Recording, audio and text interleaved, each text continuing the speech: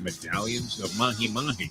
That always struck me as, whenever you see the word medallions of on one of these South Beach restaurant menus, that's it. Don't order that. Get a hot dog. Get yourself out of there because you're going to be. It's worse than the old syndrome that used to be the cliche about Chinese restaurants, where you stuff yourself and then a half hour later you're hungry again. Medallions of mahi mahi. I was a place last time I think I actually ate. This is centuries ago already on the South Beach. At the South Beach restaurant was a place called a fish called Avalon, and I had the medallions of mahi mahi, and you literally needed an electron microscope to see the food that was the main course. The parsley was bigger than the medallions of mahi-mahi. Medallions is another name on a restaurant menu for small. Yes. Or minuscule. They may as well just be minuscule pieces of fish. That would be the way to describe the dish. But medallions of mahi-mahi, wow, I mean, the elegance, the way the chef prepared. Anybody could prepare like a morsel of fish. It's hard to blow that, the piece is so small. I mean, unbelievable. The time. Wake up with Defo. Joined by Lubie. Welcome to the Defo Show.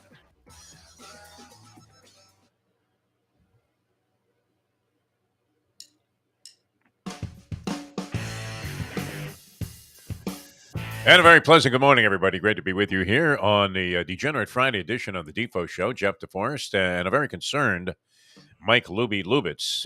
How come they always miss that stuff in the inspection?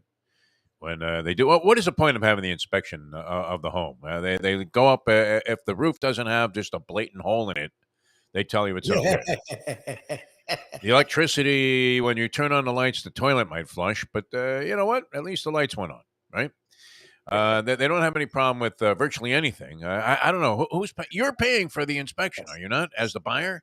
Yes, you are.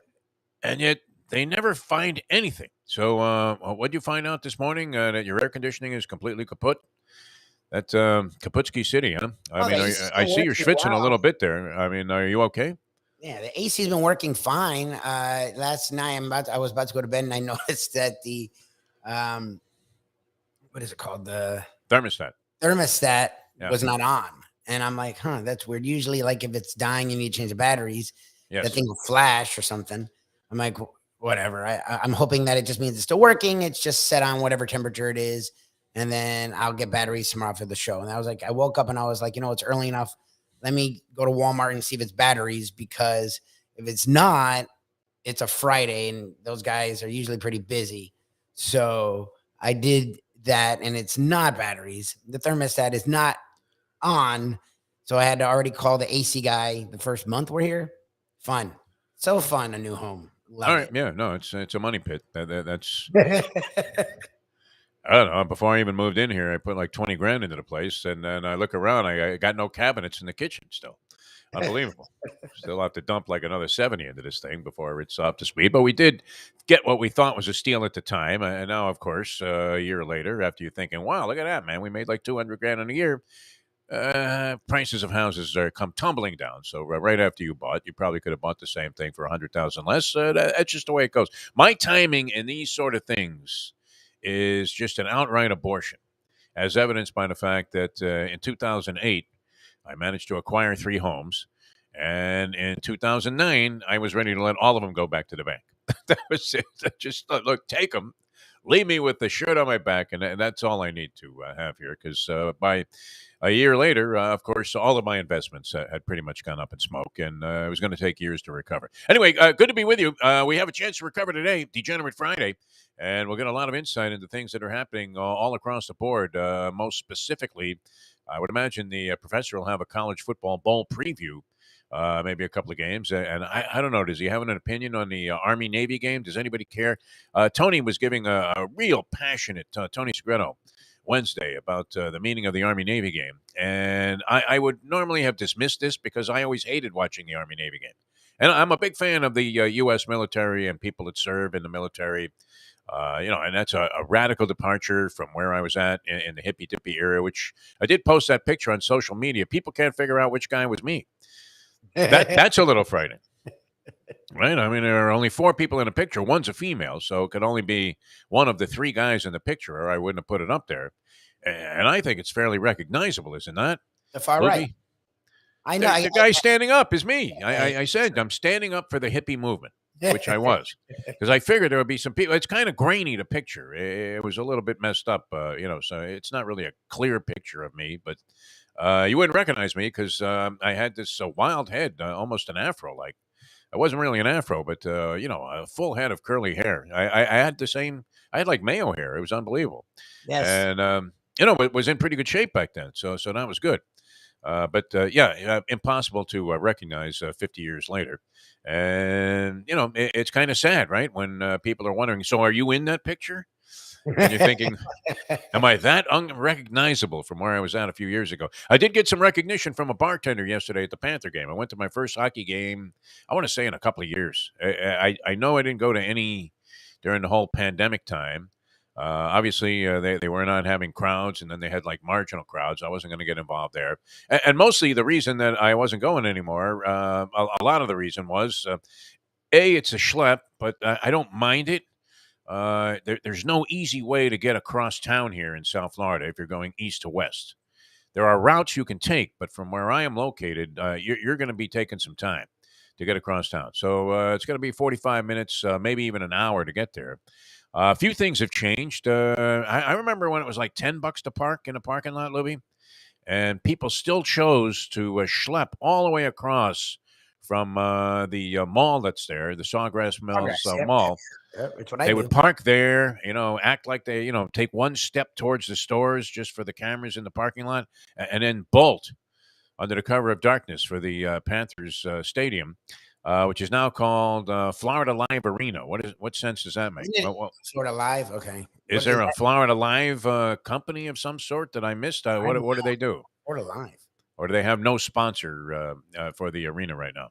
Because maybe that's why they had to juice the rate of the parking. $35 to park, Libby, at a hockey game. 35. Well, you were doing that free Lexus parking forever. That's why you didn't. I had that, but I had paid. I mean, after I transitioned down to my Lexus there to my Volkswagen Tiguan, courtesy of the great people that deal Volkswagen, which I'm very happy with. I couldn't be any happier with the car. The one thing that it doesn't carry with it is free parking at a Panther game. I keep hoping maybe they change sponsors, even though I'm a big fan of Lexus automobile and was for a long time, just backed very royally by Jim Dunn and the people at JM Lexus. Prior to that, Toyota of Hollywood. So I was inclined to drive those cars, but we had an association with a Volkswagen dealership. I absolutely love the car, but I was hoping that maybe the Panthers had lined up an affiliation with Volkswagen, much like the people in the World Cup. So I could probably park for free in Qatar if I went to a World Cup game, but 35. That was a pretty good whack to park one car at a Panther game, was it not, Libby? What do you think? Yeah, that sounds a little insane. I was sort of shocked. I whipped out a 20. I was ready to pay that. I had a chance to meet Brett Tester, the agent of the Stars. He has special VIP parking. He's got great seats. Literally the second row off the glass in the corner of the end where the Panthers would be going. I guess you're on the visitors' end. They're 2 periods out of 3, the visitors. Detroit Red Wings in this case. And the Red Wings, Tess was telling me, now they had been not very good for a while, the Detroit Red Wings. And I thought they were having another subpar season and that this would be just a piece of cake for the Panthers, a walk in the park after being on an extended road trip. Tessler tells me the Red Wings aren't bad. No, they're pretty good. Pretty good this year? Okay. Well, they were horrible last night. They were absolutely, it was like they weren't even there. And after 2 periods, which was the duration of my stay there, and it wasn't like we didn't spend any money in the arena because I had to offer to buy the obligatory round of drinks, did I not? The guy put up the tickets. He was willing to pick us up at a McDonald's. I'm not really inclined to want to park my car somewhere where it's going to be for like 3 hours. And, there's a good chance that the guy that's sweeping the parking lot says, that Volkswagen has been here all night. Because people aren't at McDonald's for 3 hours. So it's pretty obvious that you parked there and left your car there for the game. Now, Tess says he meets other people there at this McDonald's, picks them up, and then drives them. I guess, his parking is, right under the ice or something. And then you come up through a hole there and you go to your seat. It's amazing the treatment this guy gets at these games. But, and yet, oddly enough, with this new era of phone apps, here's a guy, a longtime season ticket holder, obviously goes to a lot of games, and when he gets to the gate there and the guy recognizes him, his phone doesn't work, when he's trying to scan it. And we're the only ones standing there for like 5 minutes while everybody else is rolling in. All of these schleppers are just rolling in. Rule number one, and I did my best to dodge this, but it didn't quite happen. But fortunately, even the Mustang was appalled by sticker shock when she tried to purchase a couple of minor little nothing items in the Pantherland store. But that's criminal, is it not? To make you enter through the front doors and actually have to go through the store. And a lot of little kids go to hockey. I mean, I was Yes, I see. amazed how many little kids are at hockey games, and they seem to enjoy it. Oh, They yeah. even get into it. There was a one little girl. She could have been more than 4 years old, and she's sitting in a row in front of us. So she has a seat on the glass with her parents. They were Red Wing fans, so maybe they bought these tickets online, happened to be in town, figure, hey, let's go see the Red Wings. But nonetheless, she was cursing at Panther players. A 4-year-old. Little 4-year-old gets up and goes, "Fuck you, Kachuk. Put that mouthpiece in your mouth and stop chewing on it. You're not Steph Curry." I guess Matt Kachuk has the mouthpiece out the entire time, which I think would be prohibitive. I mean, as a cautionary measure, wouldn't you want to have your mouthpiece in if you were a hockey player? There's a pretty good chance you could hit in the face with a puck, no? Yeah. Come on. It's hockey. An errant stick, an elbow. I would want. They don't care about their teeth. I think you're not officially an NHL player until you have lost all 32 of your teeth.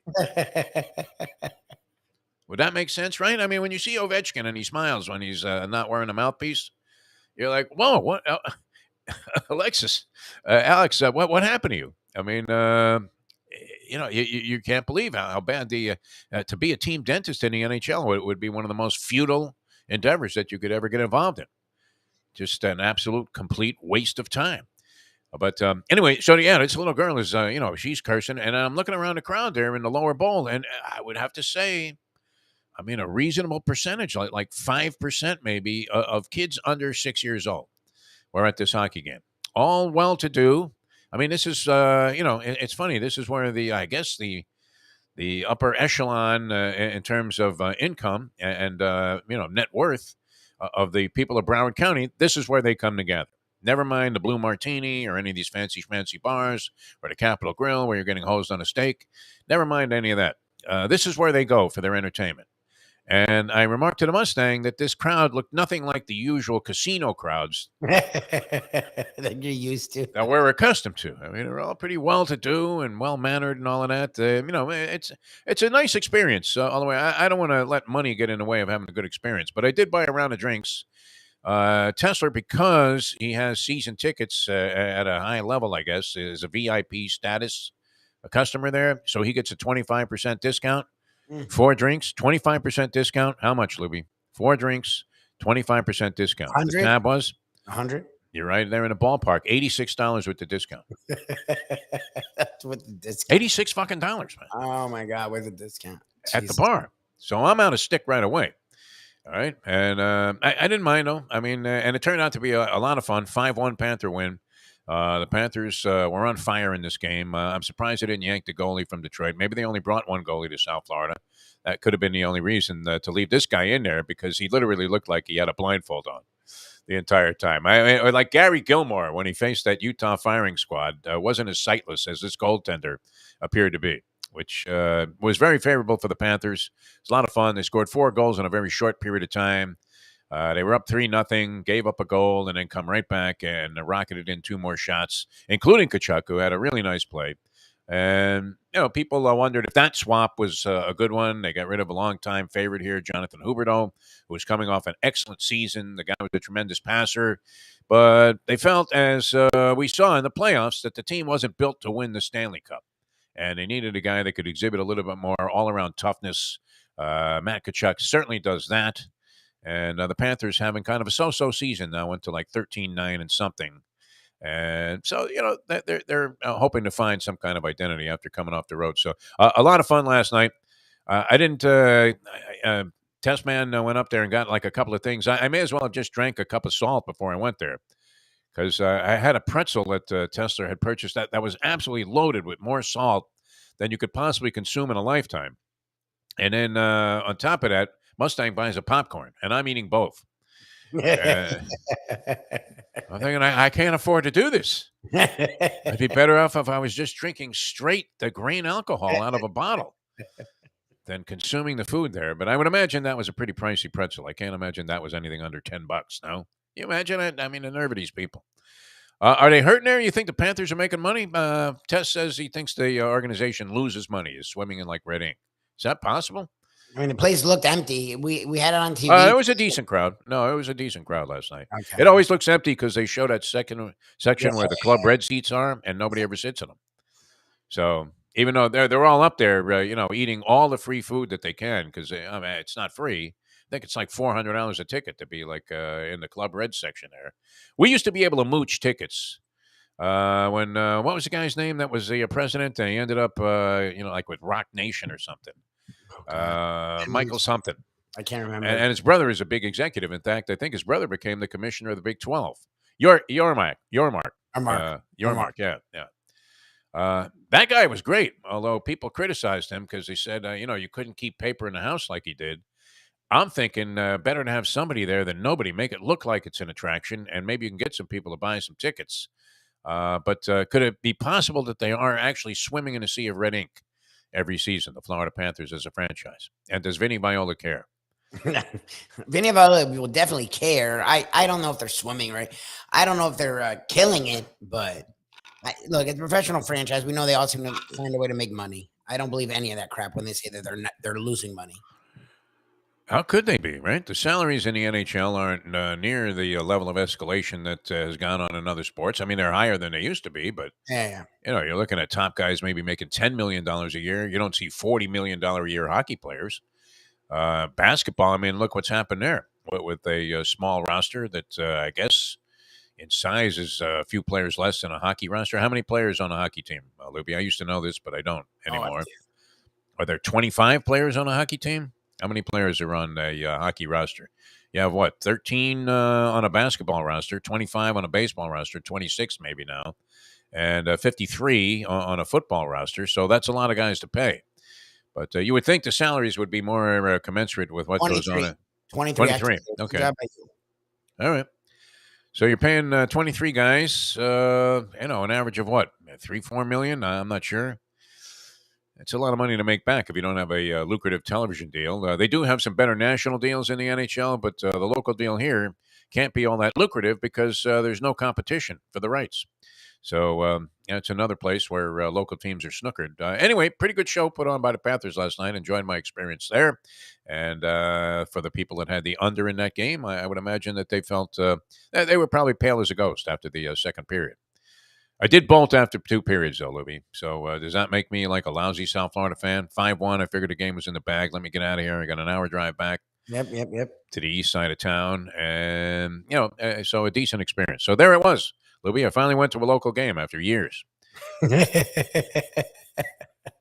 I used to go to every game of just about every sport. And, here I am. Is that what semi-retirement has done for me? All right. The big news yesterday, of course, was the Brittany Griner thing. A lot of different opinions being expressed about that. Naturally, those on the right are saying that it was an atrocity to trade this Victor Boot, one of the most evil human beings ever to be, imprisoned.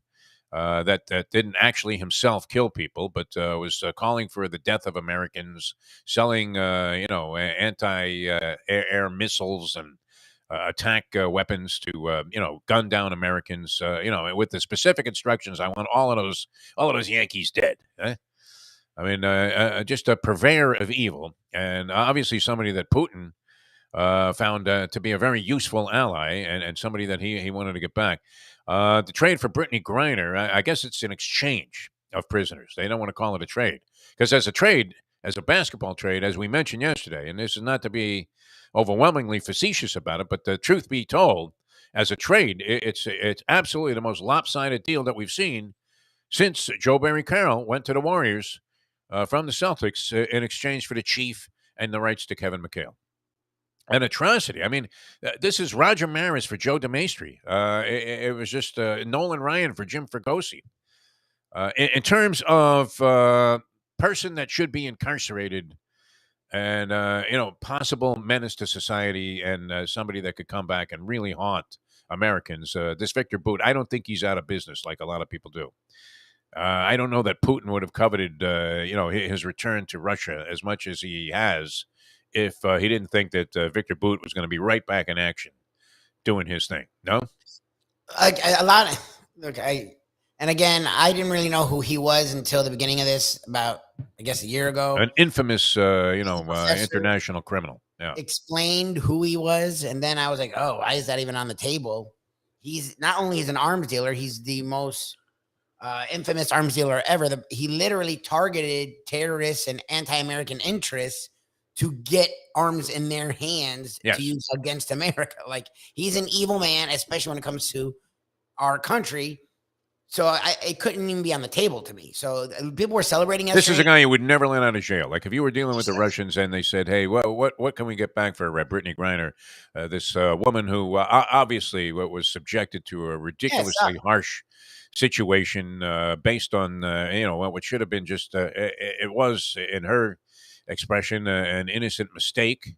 If it was an innocent mistake that had consequences, I mean, you get caught smoking dope in your car, you're going to a lit joint when you get pulled over. What's the cop supposed to do, right? He's going to have to do something.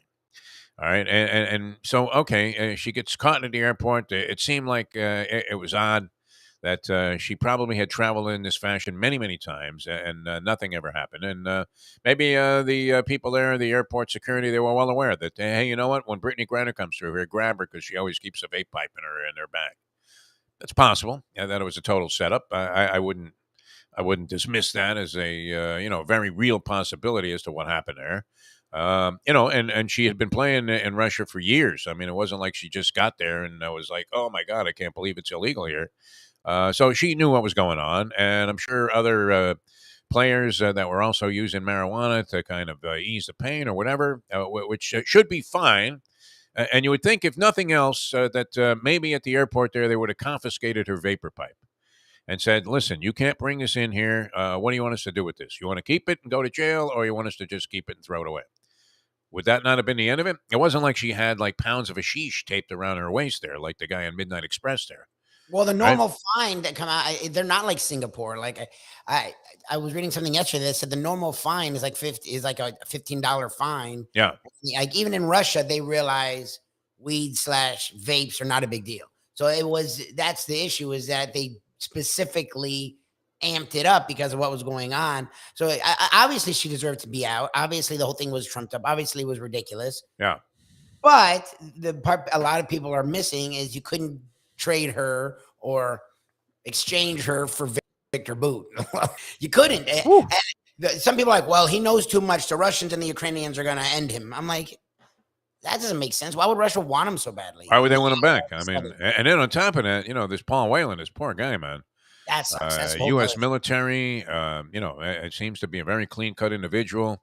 Also appears that, completely trumped up, absolutely, fabricated charge of being an international spy and a spy for the U.S. and Russia is thrown against him. The guy gets, I think he's got a 10-year sentence also. So spying on Russia was seen as the equivalent of bringing a vapor pipe through the airport security, where, what was there going to be some immense distribution of drugs in Russia that was going to end the lives of little children? No, she didn't even have enough to smoke and get high on. It was such a minuscule amount. So clear cut. I mean, Russia was using her as bait to do something. And yet, you would have figured that at the very least, this Paul Whelan guy, this poor guy that's been in prison for 4 years, in harsh conditions in Russia, that they would have found it, possible to arrange to get this guy released as well. And a lot of people were up in arms about that. Why is she getting preference over somebody like that?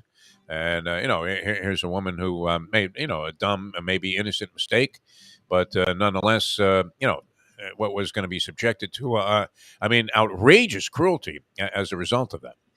So I'm all for the fact that Brittany Griner, was released. It's insane to think that somebody would lose 9 years of their life in a Russian penal colony, which in and of itself sounds barbaric. over something as ridiculous as Brittany Griner's supposed crime was. But this Victor Boot, I mean, he's no bargain, man. There are a lot of political sensitivities about that. What would your conclusion be if you had to say, okay, I have to take, one firm side or the other? That any way that they could, right this injustice to Brittany Griner had to be taken into consideration, or that, unfortunately, as dumb, as the move was, and as ridiculous as the sentence was, that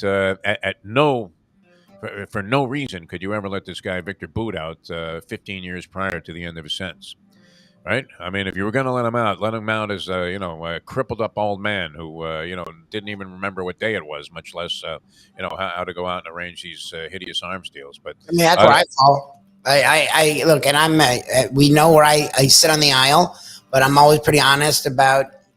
No one is infallible. I think Biden and his team screwed up. They felt the pressure here, and that was stupid. I'm sorry. She should have been out. She shouldn't have been in. She's only out because she had celebrity status of whatever level celebrity, a female basketball player could have, right? I mean, people know who she is. She was a great college player. I mean, revolutionary because she was so tall and was doing things that dunked regularly, which was pretty cool. Unprecedented, right? With the dunk, and has been a very, successful professional basketball player, both with the Russian teams and European teams and in the WNBA. Was not a favorite of a lot of Americans because of the fact that she refused to even come out and acknowledge the national anthem. That sort of symbolic stuff. I mean, nobody deserved the sentence that she got for this particular incident and infraction, whatever it may have been. Nobody deserved to get 9.5 years in a Russian penal colony. That's insane. But I mean, if it's me, right? Is Joe Biden going out there and saying, "Hey, this poor DeForest cat, man, can you believe it? 9.5 years for bringing like an ounce of marijuana into the country? It wasn't even an ounce. It was like not even a gram. I don't think. Yeah. Is the government going to go way out of its way to go ahead and deliver this extremely dangerous and malicious human being, a forebearer of evil things to come? That this guy's back on Russian soil. Do you think they would have gone to that extreme? No, they wouldn't have. And I think they try to get Whalen. Now there's some murmurs that he actually was a spy. When he was caught, there was some weird circumstances around it. So maybe that's why Russia wasn't just giving him up and the right is using it, but they know that it wasn't as easy as Griner. Whatever it is, I don't care. Like you can't get this guy. He just couldn't be involved. If you wanted to really double down and find someone out, fine. Victor Boot could not be in this deal. It was. I mean, are we detaining any other Russians that would be of interest to the Russian government? Because you would have to think if Whalen wasn't in on this deal, right? I mean, he may as well have a no trade clause at this point. Sad to say. I mean, because the guy seemed legit. So you're saying that there are assertions that maybe he really was doing some kind of spying, huh? All right. There's some. But either way, both of them should be out, I think. But neither of them is worth. I'm sorry. This isn't open and shut. And it seemed like Whalen should have been a bigger priority than Brittany Griner since he's been there longer. Yes. And this was both cases supposedly ridiculous, but I don't know. It was kind of an odd ending. I guess you should feel good that Griner is not going to have to go through this unbearable. Decade of punishment from the Russian government and be in some barbaric penal colony when she should be just playing basketball and smoking a little weed. But we'll see. And then people are looking for her to be very contrite about some of her views that she had before. But you know what? I don't know that comes with the package, does it? Where, you were very anti-American, or seem to be anti-government and saying that America's doing a lot of things wrong. Let's face it, we are. But at the same time, I mean, what level of contrition do you think she'll have now? Are we going to see Brittany Griner, saluting the flag every time she plays basketball from now on? I don't know. And I don't know that I care. I mean, just nobody deserved to have happened to her what happened to her. And yet, very sensitive circumstances and sort of questionable, in the way that all of this was handled. All right, we're going to get into some handicapping. We have games on tap here. Are the Lions? They can't be favored, are they, over Minnesota? Is that possible? The Dude, Lions, a they did 5-win really team, well lately. favored over. They I thought molly. Minnesota was a favorite. I don't know why I want to say that I heard last night somewhere. I was listening and not necessarily paying total attention. Let me see. Lions, yes, favored over Minnesota by 3.5. No, 1.5. Wow, that's an oddball one, huh? Did they start out as underdogs in that game? We'll have to check with Mark Lawrence because I thought the line against Jacksonville was as bogus and out of whack as any line I've seen in a long, long time in the NFL when the Lions were underdogs at home to the Jacksonville Jaguars, a team that is very unimpressive and unlikely to. They'd come off a win, but I mean, how likely are they to go on the road then and consolidate that win by beating another team that's been playing pretty well for a team with a losing record? But favored over the Vikings, a 10-win team coming into Detroit and is an underdog to the Lions, who have 5 wins on the season. Kind of a weird one. Anyway, a lot of interesting stuff happening on the lines. We've got the ball games coming up. The professor is going to be with us with the big board. Mike Mayo, the Gambling Gourmet, and the return to Gulfstream Park happens today later on South Florida Live as Mike Mayo's lunchbox will originate from, I believe, the Breezeway Bar at Gulfstream Park. So it's going to be like old times, except I don't have to schlep down there at 5 in the morning. And there'll be racing action while we're on the air, which we'll see how Mayo handles that. Does he go Hank Goldberg? I just, like he's got a caller on hold, and then, the guy says, "Hey, Hank, what do you think about the Yankees re-signing Judge?" And Hank goes, I told you a long time ago that was going to happen. Is that the two? Is that the two? I have the two. May he rest in peace. I loved Hank. Yes. And that was one of the things I loved about him is he would get completely distracted by what was going on the track there. And I don't know, was there anything lamer in terms of communication than, giving live highlight play-by-play or, talking about, what action you had at the track while you were in the middle of a sports talk show when people couldn't even see you to begin with. So I don't know. I mean, that seemed like a big departure from what you would normally want in a radio program. All right, we're going to come back with the Greek. The Greek is going to join us. Always has, usually some very favorable predictions, and just an all-around good guy. Then later on, the professor, Mark Lawrence, will be with us from PlaybookSports.com. Has some interesting stuff as well. And his cup of coffee this morning I was perusing. And then Mike Mayo, the Gambling Gourmet. I'm Jeff DeForest. He is Mike Lubitz, and we'll be back with more here on the Defo Show in a moment. Now that. And come on out to Gulfstream and join us there as we will be out there live from 12 to 1 and then punching away, no doubt, in the hours shortly thereafter and during. It is 7:35. Ponies in Style at Champions, the outstanding simulcasting room at beautiful Hialeah Park. Yes, the grand old lady of thoroughbred racing has never been more vibrant, and you can wager on the races from the top tracks around the country while enjoying a cocktail at the Brass Rail Bar or any of the fine food served throughout the facility. If poker is your game, you're covered in style, and you can play all your favorite Vegas-style games, including blackjack, craps, and roulette, in Hialeah Park's sizzling hot casino. Get a player's card when you walk through the door for all kinds of generous amenities, including our favorite, free play, when you come out to the ultimate casino and entertainment destination, Hialeah Park. Hey folks, Tony Segreto here. Since day one, Catholic Health Services has been part of Old School. And since we've started letting people know about them, it's changed their lives. You see, Catholic Health Services, while being recognized as one of the top places for stroke rehab in the country, it's also about a group of people who not just excel in what they do, from the doctors to the nurses to the therapist, on and on and on. It's how they do what they do every single day that separates them from the pack. They do it with a passion, unmatched, and the inclusion of family in every step of the process. Trust me when I tell you this. If you want the best, unmatched rehab with a special group of skilled, caring people, there is truly only one place, and that one place is Catholic Health Services. These days, we're all looking for comfort anywhere we can find it. Thank goodness for Landlubbers Raw Bar and Grill in the Plantation location, because they are making sure you are as comfortable as possible. First of all, they're not only open for delivery and pickup. All you have to do is go to landlubbersbarandgrill.com for both pickup and free delivery. Their hours have changed a little bit. Monday through Thursday from 3:30 to 10, and Friday, Saturday, and Sunday from 11:30 to 10. You're going to have the best wings in the world. You're going to have a great burger. You're going to have their amazing soups. Again, Landlubbers Raw Bar and Grill. It's nice and easy. Just go to landlubbersbarandgrill.com for both your pickup and free delivery. Thank goodness for Landlubbers for making you always feel right at home. To be or not to be, that is the question. Whether 'tis nobler in the mind to suffer the slings and arrows of outrageous fortune, or to take arms against a sea of troubles, and by opposing end them, to die, to sleep, no more, and by a sleep to say we end the heartache and 1,000 natural shocks. What could that have been about except Gambling. to hedge or not to hedge?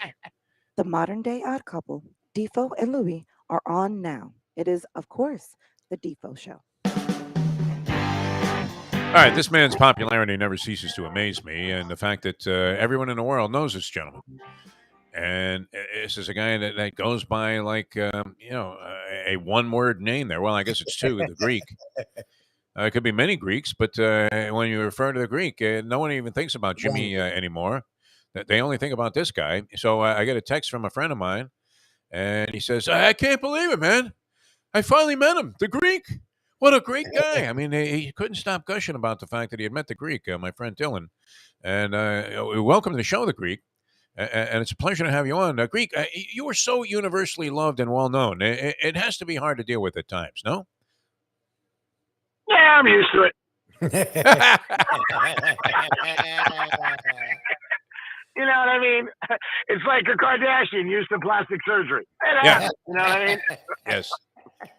Exactly, my friend. A great guy, your friend. So nice. And I told you a couple of weeks ago, I was out again at Strikes, and some other guy was a listener for years and heard me talking and said, I listened to Devo for years and Lubie and, just a nice guy. And, you meet a lot of people out, and I was like, I was on with them. He goes, oh my God, you're Greek. And just said he enjoyed the show so much every morning. And, what a great job you guys do. And your reputation, everybody loves you. You guys do a great job. And this new venture you got is going good. And, I wish you all the success in the world. Wait till you get my bill. We won't be able to pay it, so it won't make much of a difference to me. I mean, that's the thing about bills. If you can't pay them anyway, who cares, right? I just toss them into the stack. It's like Colorado with Dion. They gave him $29 million, and then the AD comes out and goes, "We don't have the money." What did you make of that whole? I was reading a very scathing impression of what took place there with Neon Dion, especially based on that puff piece they did on Dion on 60 Minutes, where he was talking about how much this was going to advance all of the opportunities for kids at black universities and historically black schools and universities. And, like at the end, they sort of, suggested, well, if somebody tempted you with a big offer, would you go? And he said, oh, yeah, man. I mean, it was like Joel Osteen couldn't have said yes any faster to the Colorado job than Primetime did. Yeah. I was surprised he went to Colorado because it's freezing there. And they suck. Yeah, and the team sucks. But you want to go to a team that sucks. Yeah. You know what I mean? Because the expectations aren't that high. UCLA and USC are out of there. So who knows? Maybe with that portal system, I read last night there's 1,200 kids in the portal system. Jesus. So, right. I mean, for next year. So he just got the coach from Alabama. It could take 2 years or maybe even a year where they're respectable. I mean, next year they go 5-6. People think he did a great job. Well, he did well. I mean, obviously, at Jackson State, and a lot of people were laughing at that proposition. That, even though, here he is at a school that you wouldn't have any great expectations for necessarily, the guy managed to bring them to a level that they never even imagined. So, who's to say he can't succeed? I really believe if Florida State didn't turn it on the second half, and do very well, he would have ended up at Florida State. Seems possible. I think that's where ultimately he's going to end up. In a couple of years, he'll go to Colorado. Again, Dion is Dion. I mean, he's a great recruiter. Kids love him. Very motivational. He's got a charismatic personality. Who wouldn't want to play for him? They called me last night to see if I want to do play-by-play for Colorado. I said, I'll think about it. But, yeah. He's the ultimate coach. I mean, right now, and I can't see him staying there. And I love the one thing I thought was great that he said was almost like a marriage. He said, "Hey, either you quit or they fire you." Yeah, so I'm quitting. So, took the money and ran. Not surprising, but all the sanctimonious stuff that he was saying about his dedication and the religiosity aspect of the whole thing, and how wonderful this was, and his personal dedication. I guess the calling card from God changed when it started, to have more dollar signs on it, and he really did. Mushnick really slammed this guy. He made him look like he was no better in terms of integrity than a TV evangelist. So, and that's kind of how that 60 Minutes piece, I watched that, and he is very engaging, no question. Even if you're not a Dion fan, you think, wow, this guy's really got something there. And, a bizarre level of charisma, much like you. So I guess you can relate, right? Because you would have to say from a charisma standpoint, you're right there with primetime. I don't know about that, but he's a great speaker. He really is. I think the kids feel, and I think he does care about them. And a lot of these kids, when they're growing up in college, they're looking for love, obviously, looking for, somebody who could be a leader to them. And again, Dion achieved what every one of these kids wanted. Florida State, Hall of Fame, NFL, Super Bowl. You want that. So, you always want somebody to look at as a mentor. And I think he's a great mentor. I think he'll do good in Colorado. I called my buddy last night. I said, find out what the over-under is in Colorado next year. Bet the over. Yeah, we could turn it around very quickly. I would imagine that'll be inflated some because of Deion Sanders' presence. I was never, as much as I enjoyed watching a guy play, he was an electrifying player, especially when he was returning kicks or in the open field with the ball after an interception. Wasn't, obviously a big tackler. That was one of the critiques, that he did a lot of olays when guys were coming down the sidelines there. And maybe, he was the last guy that could prevent a score. He played baseball as well at a high enough level. This wasn't Tim Tebow playing ball. I mean, he was a contributor on a team that was in the World Series. I didn't like it, though, when he poured that beer on Tim McCarver's head. I sort of have harbored a little bit of resentment. I can't go full bore, hey, primetime is the greatest or whatever, just because I thought that was such a cheesy, and cowardly act there. The water. Yeah, the water on him because McCarver said that he was being selfish. Yeah. And, that wasn't a great thing. There's no doubt. But, again, he's prime time. He don't care. Yeah. I mean, a lot of these guys, they just, that. They don't care. What are you going to do to them? Yeah. I mean, they're making 40, 50 million a year. All right, you're mad. Sorry, get over it. But, then it's ironic. Years later, Dion gets into broadcasting himself. And it's like Urban Meyer being a broadcaster, or when Nick takes a microphone at 87 years old. Broadcasters. Yeah, guy hates the media. Steve Carlton wanted to become a TV analyst, and he never talked to the press.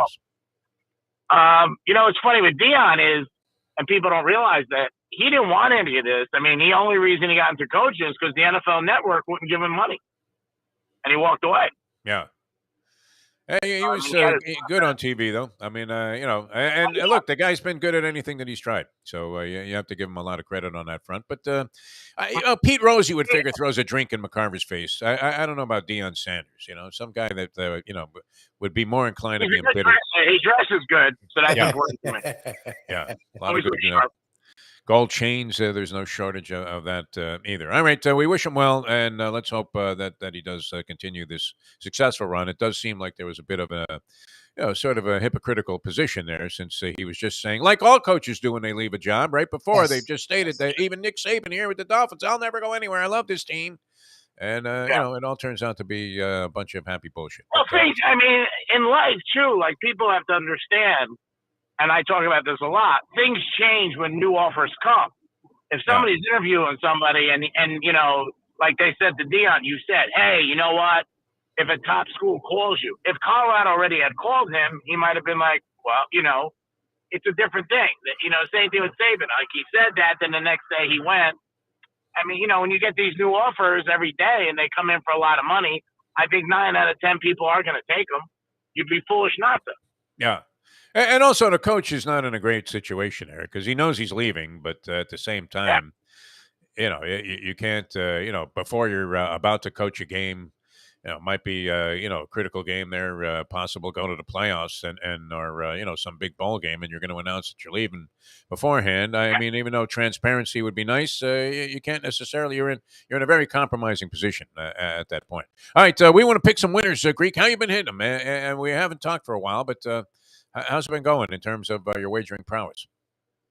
Last weekend was a good weekend. A lot of college football, a couple overs that came in. Michigan. Then I like Michigan beating Purdue. I thought that, Purdue with 4 losses, we did talk about that.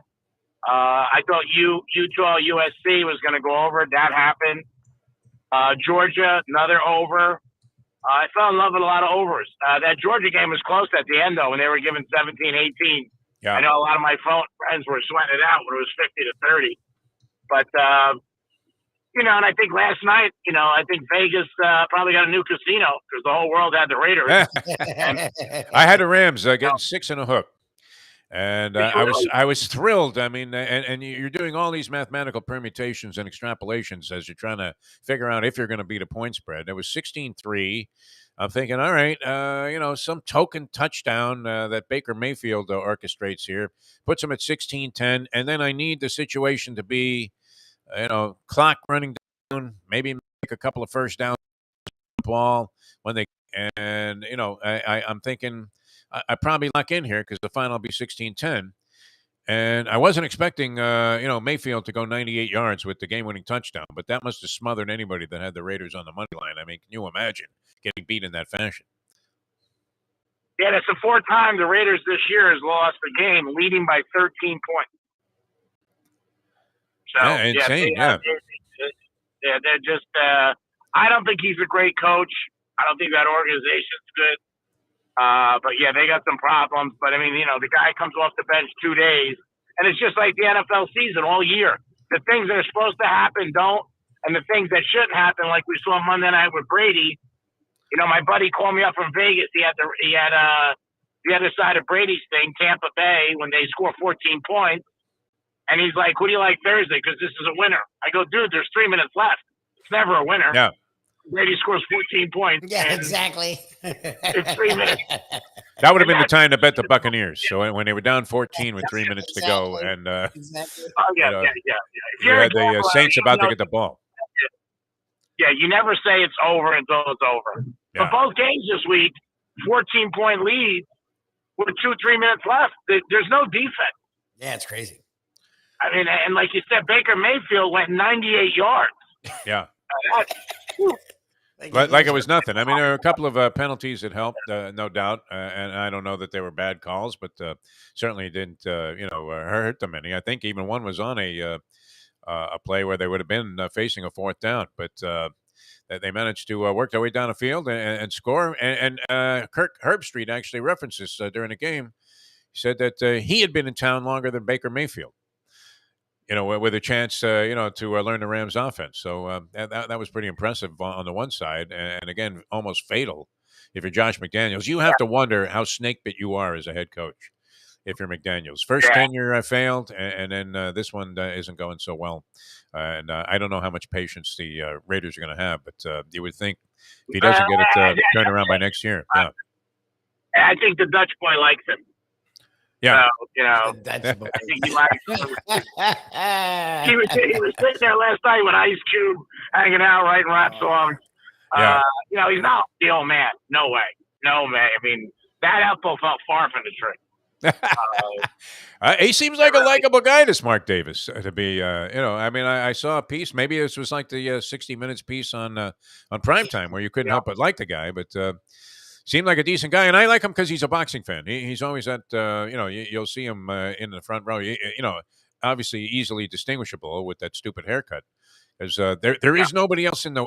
Imagine you have a haircut that nobody else in the world has, right? The old Buster Brown haircut. Yeah, retired in like the 50s. Yeah. Last time he was at a game, he was some girl was in his skybox who was like a big dancer in Vegas at an adult club, and they were talking about it, like, how did she get in the thing? And he goes, "Oh, I don't know. She was a friend."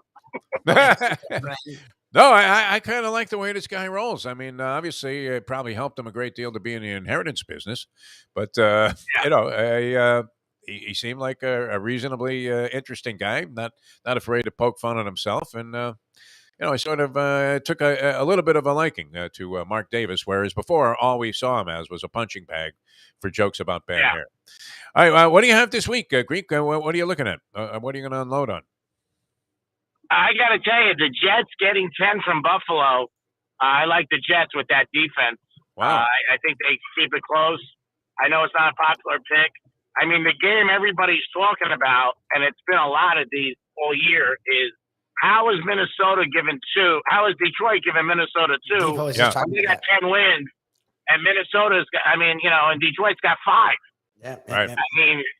I mean, Campbell a couple of weeks ago, you thought he might end up in a Florida Turnpike directing Yes. traffic. Imagine this maniac as a crosswalk, guard. In a row or something. Yeah. They played really well. Yeah, no, they're playing good. They're a good over team. So I would bet the over in that game. And then I think the Eagles spank the Giants. I think they take that turnpike ride, and I think they just spank them. Yeah. The Giants are, they're not a good team. I'm sorry to say it for Giant fans. They're just not. And you stop Barkley, you stop them. And I think that Hurts and them got too many weapons. So I like the Eagles, I like the Jets, and I like the over in the Detroit game.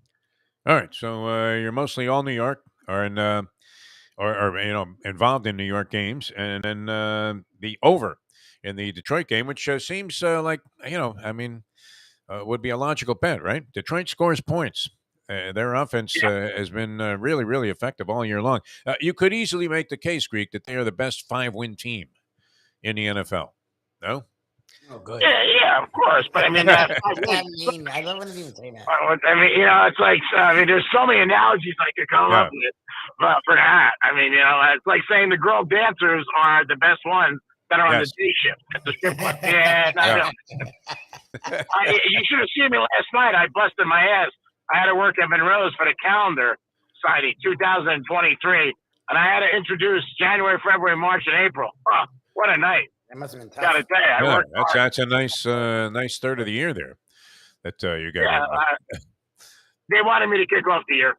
It's a beautiful thing, man. Now, is it 2023? Is it an automatic? I mean, is there any kind of scandalous stuff going on there with the judges and the people that are competing, or this was just the unveiling of the various girls associated with a given month? This is the unveiling. Oh, okay. Total unveiling? I mean, to what level of unveiling did they go? I mean, pasties, G-string? What are we talking about here? They were there. Let me put it this way. I said it on the microphone. It's the year of Michael Jordan, 2023. Everybody wants to be like. I agree. She was very nice. I said, March Madness, give me a call, see what happens. Yeah, exactly. You're one of those guys, though, that goes through the calendar of like hot babes, whatever it happens to be, whether it's Hooters or, in this case, Monroe's, the fine steakhouse, known more for their steaks, right? And than most strip clubs, let's put it that way. And you just go like they were baseball cards. Got him, need him, got him. I love that about you. Crazy. Yeah. You're crazy. All right, my friend. Stay out of trouble. Love you guys. We love you, Greek. You're a great American. Thanks, Greek, man. We love you. Remember that, the baseball card checklist? Did you ever go through that, Lubie? It was probably not as popular in your Oh, no, I love day cards. of I was collecting cards from like birth until I was like a teenager. Did you do it? The got him, need him? I never looked at the checklist, but you would look at like other people's cards because you would trade cards. I never flipped them. I don't know what you people did. Oh, we did all kinds. I mean, it was a source of gambling, capital that was right up there with anything, including cash. And the sad thing was, what we didn't know is we were flipping like $2,000 baseball cards. Exactly. Flushing them down the sewer. Hey, you guys are stupid.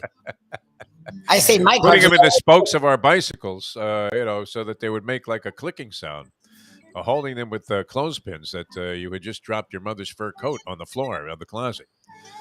And she would, curiously say, "Jeff." Yeah. That was that voice, right? That Your mom must have fun, boy. Jeff. Your mom. Like, oh fuck! She found not only the Playboy but the racing form under my pillow at 6. Unbelievable. To be a degenerate, Lubie. I'm pretty sure it's in your blood. I don't think you guys can help it out there. All right, the professor, unfortunately, is a scratch. Yeah, he's having technical difficulties this morning. And he did a big board, and he was hinting at some It things. had to be some Griner swapping. There was a Griner. There was some Griner discussion. He was not happy. He's like, "Look, I give crap to the one side. Well, it's the other side's turn." He's like, "That was one of the worst trades ever." I'm like, "Yeah, Defo and I were talking about how it's one of the worst trades in sports history." It really is. I mean, there have been a couple of times the Yankees used to own the Kansas City A's. Like the A's were a veritable farm club, including when they made the Roger Maris deal. I think if you look, they were like there was an 80-year-old Bob Serve was involved in the trade. Now Maris, this is sort of similar. A lot of people think one of the worst trades in baseball history, and it turned out to be that way. What was the Cubs and the St. Louis Cardinals? Lou Brock for Ernie Broglio. But if you go back and track it in history, Brock did not blossom as the player that he became, the Hall of Famer, the brilliant ball player that he was, until he got to St. Louis. He was like a 260 hitter with the Cubs and had not established. I mean, obviously, he had this inherent speed, but he had not shown that he was going to be this monumental, tremendous leadoff hitter and catalyst for anything good that happened to the world champion Cardinals, including Game 7 with Bob Gibson. I mean, Lou Brock was as much a part of anything good that happened to them. But Ernie Broglio was coming off a 20-win season with the St. Louis Cardinals. He goes to the Cubs and bombs out. I think he might have had one so-so year. And then Brock goes on to have just an unreal career. And, what was one of the most exciting players ever to suit up in any baseball uniform, regardless of city or team. And people think that was really lopsided. But this is as lopsided a trade as you could possibly make if you were going to look at it from, not necessarily. I mean, you have to cross over and, look at it, from a little bit of a different viewpoint because it's not a straight-up basketball player for a basketball player. But Brittany Griner for Victor Boot. My God. The Merchant of Death. Yes. What do you mean? The movie with Nick Cage about the arms dealer dude is about him, and they went nice. Supposedly, he's way worse. Yeah. Like he wrote it. Victor Boot wrote it while he was He's incarcerated. Like he sort of had some, conscience. The Putin people when they made the exchange. Did you see the little clip there in the airport? They were spiking the football. Yeah. The U.S. guys were like, okay, we got like a WNBA player back here. Yeah, exactly. It changes nothing. And Boot, my God. He was already on the phone. Everybody was welcoming this guy. I mean, Putin himself, I think, was sitting there on the tarmac, no? Couldn't wait to get this guy in his arms. And the hugs were a lot more, more emboldened and, more, I guess, what would you say? Fatty. Yeah, I mean the excitement factor, on one side, was far greater than it was on the Brittany Griner coming back here. An impossible. We're making fun of it in a way, but obviously, look, nobody deserves to have happened what was happening. Oh, no. Griner was already incarcerated for like 10 months. Yeah, But this Paul Whelan thing, I mean, your heart has to bleed for this man, no? Just because what would it take to get him out of there if this didn't work? Yeah, who knows? I don't think they're going to let it go, and now the pressure is going to be on from the right, which fine. I guess it works. This reeks of Brian Cashman, doesn't it, Mike? I mean, what do? Do you buy your way out of this thing? You're still paying Hideki Nomo. I mean, Hideki Irabu. Nomo. No, they might be paying Nomo too, for all I know. They're paying every Japanese guy. I mean, they're just sending money to Japan, the Yankees, after the Irabu deal. My God. And this guy gets a new 5-year contract. Incredible. All right. We're coming back with more. We're going to have Mark Lawrence in the next hour, Mike Mayo, the Gambling Gourmet. And we'll get into some selections on the, I don't know if Mark's ready to pick some bowl games for us. I guess we could sort of table that until next week. When do we start up? December 16th? Friday, what are we at today? Friday. Next Friday is the beginning of bowl season. Yeah. Friday. We do have the Army-Navy game, which I'm inclined to go ahead and lay the points with Navy. What do you think, Lubie? Lay the points with Navy. I don't think it's a lot of points. Someone's saying under, even though the line's like 32. Over under 32. Both teams, I mean, obviously run this, stupid wishbone offense, triple option. Reminds you of what? Georgia Tech. Yep. Oklahoma, Nebraska back in the day. Nobody runs this offense anymore. Why is that? Is it possible? You would think that somebody that signed up for the service, the military academy, and the training that you get there could throw a football, no? You would think. The Air Force always aired it out. Air Force always went Well, to they're in the Air Force. That makes some sense, right? There you go. You get like Don Coryell, to design the offense. But why are these two service academies? Why do they stick with this garbage offense that they run? Which if they get behind again, when they do take on some of the heavyweights of college football, very nobly so. Unfortunately, as a patsy in those situations when they're going against like Alabama or Notre Dame or some of these big schools, and once they get behind by 7 points, it's over. Although Navy, because they control the football as long as they do, they're able to keep scores close. They stay in games, yeah. Yeah. So that was true. I didn't follow any Army results. No. With the same, the same interest, let's say, same financial interest that I did some of the Navy results this year, where I had to book a couple of games, getting Navy and a lot of points, and they covered in both 2 or 3 of the circumstances that I had them in. So anyway, we have that. John Feinstein kind of gave us a great illuminating perspective on the Army-Navy game, and he wrote a book about it. And so I used to think, wow, what a dull fucking game to watch. Army-Navy was like watching the Lions on Thanksgiving, wasn't it? Until recently, when they became a little bit more exciting. At least that's a good thing about Dan Campbell. He has a little bit of a spark there with that Lions team. And after the owner, whatever the latest heir that's still alive from the Ford family, I think it's a woman. William Clay Ford? Oh, there's a woman now? I don't know. Yeah. I think William Clay is, sucking some clay right now. I'm not sure. I want to say dead on William Clay Ford, dead or alive. That's a good one to put up. You're right. Sheila Firestone Ford. No, that's a combo. Sheila Firestone. She married into the Firestone family? I don't know. Sheila Ford Ham. Oh, she married into the Ford family from being a Firestone. Maybe. Are you kidding me? Oh Holy my Andy God. Granatelli. Think combo. about that. She's a descendant of both the Ford and Firestone families. You talk about being an inheritance business, my friend. Good for her. I mean, it's just like my mother always used to say, it's just as easy to fall in love with a rich girl. Is it? Well, I mean, it depends what level you consider that you're falling in love at, right? Like, if you don't give a flying one, like most people do, why not be with somebody that has money, no? But that's sensational. I mean, how do you go wrong if that's your heritage there? That's your lineage. That you are part of the heir to the Firestone and the Ford fortunes. Yes. And she's running a football. She's running the Lions. she gave our man Campbell a vote of confidence when the team was like staggering, and said, "Nope, Dan's our man." And after that, they went on a 4-game winning streak. So it was actually the first vote of confidence in history that worked. Yeah, that never happens, right? It's routinely a kiss of death. Usually the guy's fired within 35 minutes. That'll be a good one. We should do some kind of a study of what happens to people, the immediate aftermath of getting a vote of confidence in sports. What do you mean? And for us, I was told like 2 weeks before that they loved what we were doing. You guys are safe. Nothing's happening to you guys. I was never told that. Never. I always felt like we were on thin ice in that place.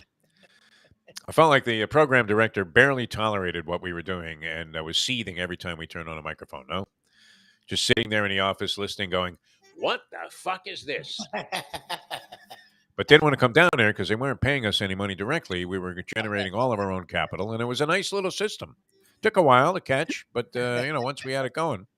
We had it rolling at the end. It was good. Every word we were saying was sponsored by somebody different. It's fantastic. Now, it got to the point of being, borderline obnoxious, did it not? Yes. Where, we couldn't utter a word without mentioning a sponsor. But that's the way we treat our people. We love them. We like to incorporate them right into the show and fuse them right into the show, like we do with Hialeah Park, Lubie. See, look at you, right on cue. Pop up the picture. Good time yesterday on the Hialeah Park Trivia Challenge. Thanks to Dave Gurgly for being a master of ceremonies there. Does a great job for us. And the people at Hialeah Park, they want to welcome you for the holidays, and they are going to make you feel like you are in that holiday spirit from the minute. I don't even know if you have to walk through the door to get into that spirit. I mean, I kind of get that vibe once I park my car. Yep. I'm thinking, hey, look at this. I can park pretty close here. I don't have to pay any money. I could use a valet if I want to, but I'm more inclined to want to ease into the casino scene there. Just walk up there, and then you walk through the door there, and then wham, oh man, it's Viva Las Vegas. Yep. Absolutely fantastic. I love it there. The Mustang, who's very particular about her casino environments, finds that to be among her, if not her absolute favorite. And we do go to a lot of different casino destinations, including coming up. You think the Gourmet might have some dining tips for me for this upcoming trip to the Bahamas? Like, where do you go? Nassau? You're doing Nassau, right? We were there a few years Nassau. ago. We had a good And time there. what'd you find? Rum cake is great. The food was really cool. The people were great. Local restaurants? What did you, Yeah, well, Shirley's not one because I was like Nassau. Like, who goes? Because she had been all over the world. She'd never been to Nassau. She was super excited. I'm like, Nassau's not. I don't think you understand what Nassau is. Well, she made it a destination. We went to like the rum distillery. We went to some cigar things. See, I'm going to do none of that. I know that for a I fact. know you. Yeah. There's a sports book there and there's a race book there. And, casino games I've kind of backed off, although they may have a couple that I do enjoy playing. So I might get involved there. But other than that, do you think I'll see the pool? What's the over-under? Number of times that I'll tell the Mustang, hey, I'll join you. I'll meet you at the pool and never get there. What do you think? I would say 5. You'll see it. I don't think you'll ever go.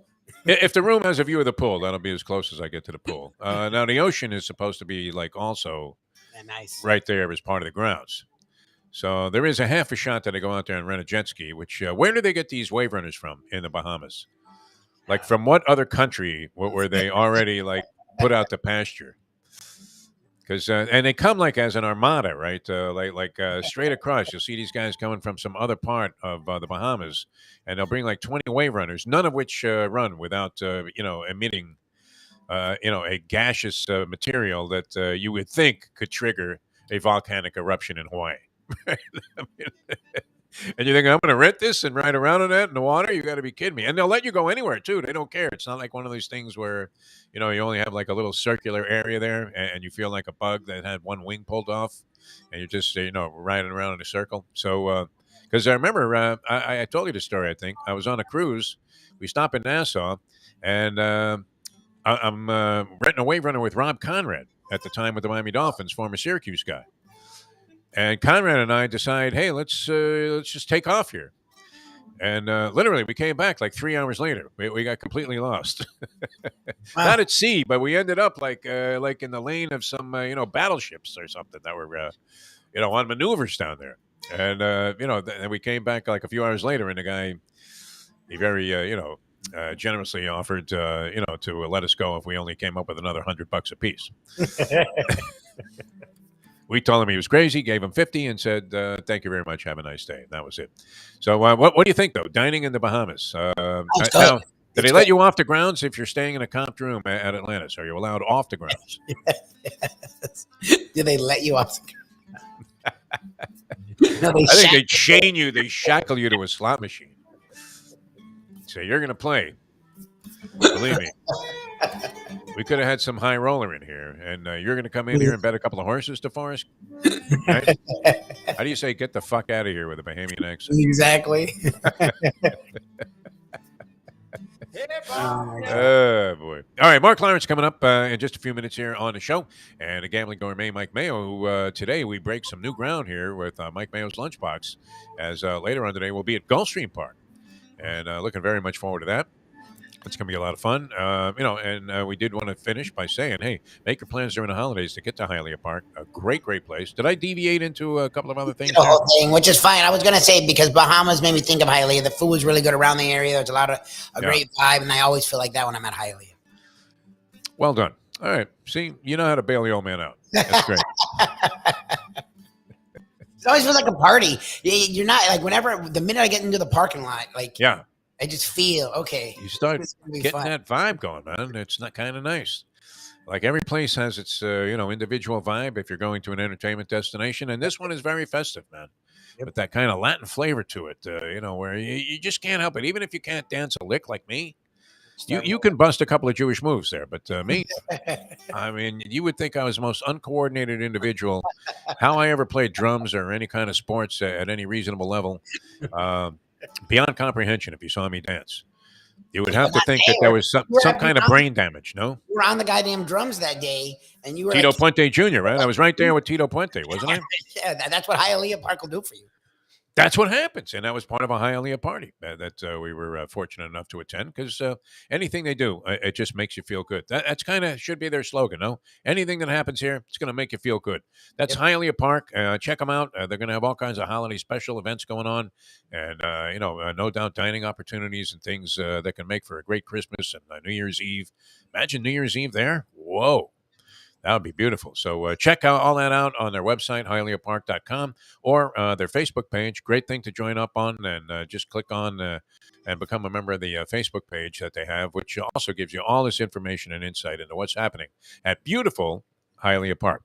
All right, we're coming back. Mark Lawrence, playbooksports.com, one of our favorites, going to be with us here today. Apologize for the scratch of the professor. I'm sure he's as disappointed as we are that he couldn't make it on the show due to internet failure. This is good, too, because the fact that you have been informed that was the reason means that he was actually up and ready to go. Yes, no, he let me know. That's why I said, thanks for letting me know. I'm like, we can figure out another way. He's like, no, I'd rather it only be done the way it's supposed to be. I'm like, okay. No, but it's brilliant. It really is. I mean, the Professor's Big Board, I think, is one of the great segments. That's great. Yeah, I mean, and if we can make money riding on somebody else's coattails at this point in life, fantastic. I think that's going to blow up around the country with this new venture that supposedly is going to be happening. And it's a different Jack, my friend. That's fine. Yeah. both are pieces of work, but one's better than the other. It's hard to explain both of these guys. It really is. That I'm putting my faith in. I do have more faith in this one than I was originally optimistic about the other deal there, but the guy turned out to be Soon as somebody tells you, mention my name more often during a broadcast, and they're like a behind the scenes person. Yeah, it's not good. Then you realize, let me decide to go ahead and do that. If you have to tell me to mention your name every 5 minutes with a text message while I'm on the air, then I'm probably going to ignore that, right? Thinking that you're a bit of a schmink. I don't want to say that now. It's not after the fact bitterness. It just happened to be, very annoying process there. Rule of thumb, man. The great Don Cox. Remember Cox on the radio? Yes. May he rest in peace. Checked out at a fairly young age, but was doing a little bit too much of the coca leaf and a lot of other stuff. But a great guy and brilliant. And he really knew he taught me a lot about the business. He really did. And he said, rule of thumb number one for management in any kind of media business is don't freak the talent. Yep. While they're on the air. Yep. Don't come in waving and doing all kinds of shit no matter what's going on. Like during that Jeter interview. I mean, what was that? Come in here, program director making a face. Like I don't know where I'm going in an interview, Lubie. As haphazardly as you think we conduct our business on the show, I have a pretty good idea where I'm going with this stuff. Right? I don't plan out everything because sometimes you get onto something that you weren't anticipating, and that makes for a good interview, no? If you pursue that. But we know what we were doing with Jeter. What's he on, the show to do? He's on the show to say, hey, you know what? In 5 years, we're going to turn this thing around. I'm dedicated. We know we're going to get that out of him, so we try to get a couple of other things, make it interesting. And next thing you know, they're on the red phone to the program director. What is this talk about Steinbrenner? How could you do an interview with Derek Jeter and not mention George Steinbrenner? Exactly. My God, these people, unbelievable. Don't freak the talent. That was Don Cox, and he was absolutely right about that. All right, we're going to try and get you some winners here. I love listening to this man no matter what, win or lose. Yes, sir. Usually on the winning side, always with an underdog, and that would be the great one himself, Mr. Mark Lawrence, playbooksports.com. World Championship handicapper coming up here. He would love Hialeah Park. I know he does. Likes to play the ponies, too, a little bit, and maybe he'll join us out there later on at Gulfstream Park for the Mike Mayo Lunchbox. Mark Lawrence of playbooksports.com coming up in just a minute here on the Defo Show. Now that. It's time. It's 8:16. Folks, Tony Segreto here. Let me ask you a question. What do you look for when you go out to eat? Good food, obviously. Friendly atmosphere, not too loud, but good energy, reasonable prices, and a place where you feel comfortable. All those ingredients, no pun meant there, are hard to find unless you're talking about the Texas Roadhouse. You see, they encompass all of those attributes. Really, really good food, amazing atmosphere, good for a family, good for a date, or just a night out for yourself, and prices that will make you extremely happy. Their ribs unmatched, steaks hand-cut every day.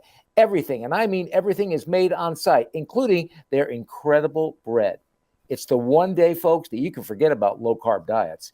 Trust me when I tell you, Texas Roadhouse, your restaurant, your destination when you say, where should we go and eat tonight? From the newly renovated sports bar to the beautiful bayside views captured at the Tiki Bar, Jimmy Johnson's Big Chill has it all. Located at mile marker 104, the Big Chill also offers waterfront dining while experiencing breathtaking sunset views of the Florida Keys. It's simply the hottest spot in the Keys to cool off. That's Jimmy Johnson's Big Chill at mile marker 104 in Key Largo. For more information, call today at 305-453-9066. Recently, we realized it's not just hurricane season that can hurt us. Any time of year, things can happen to your home or business. And the insurance company can be your friend, but they also can be your enemy. Horizon Public Adjusters, Justina Testa, are here for you to help this process go so much easier. Before you call the insurance company, call Horizon Public Adjusters and Justina Testa at 954-809-8752. Would you?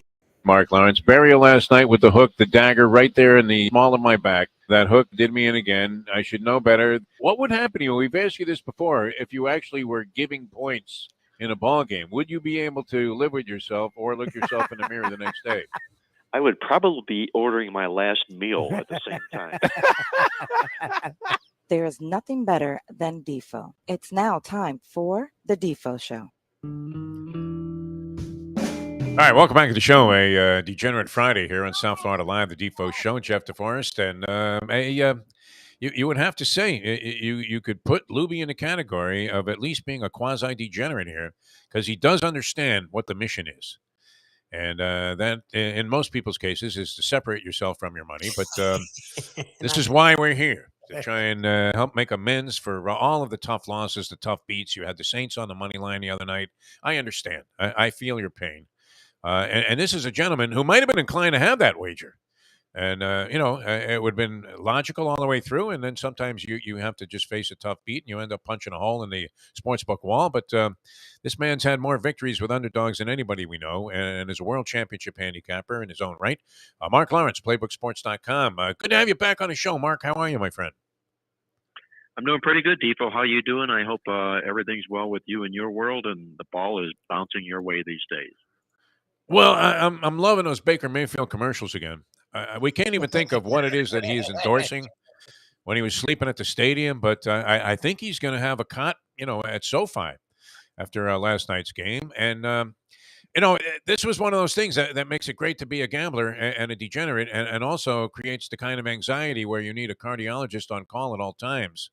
Or you may just do what I did last night at the Panther game and literally be gargling with salt to clog up your arteries, because I'm hoping at 16-3 that Baker Mayfield somehow gets a token touchdown while eating up enough time on the clock to make it prohibitive for the Raiders to really need to score. Maybe just be in a situation where they grind out a couple of first downs. And it looked like that was what was going to happen. Well, we get the touchdown, now within 6.5. You're praying the guy doesn't, miss the extra point. He boots it right through like a champ. 16-10, about 3 minutes to go.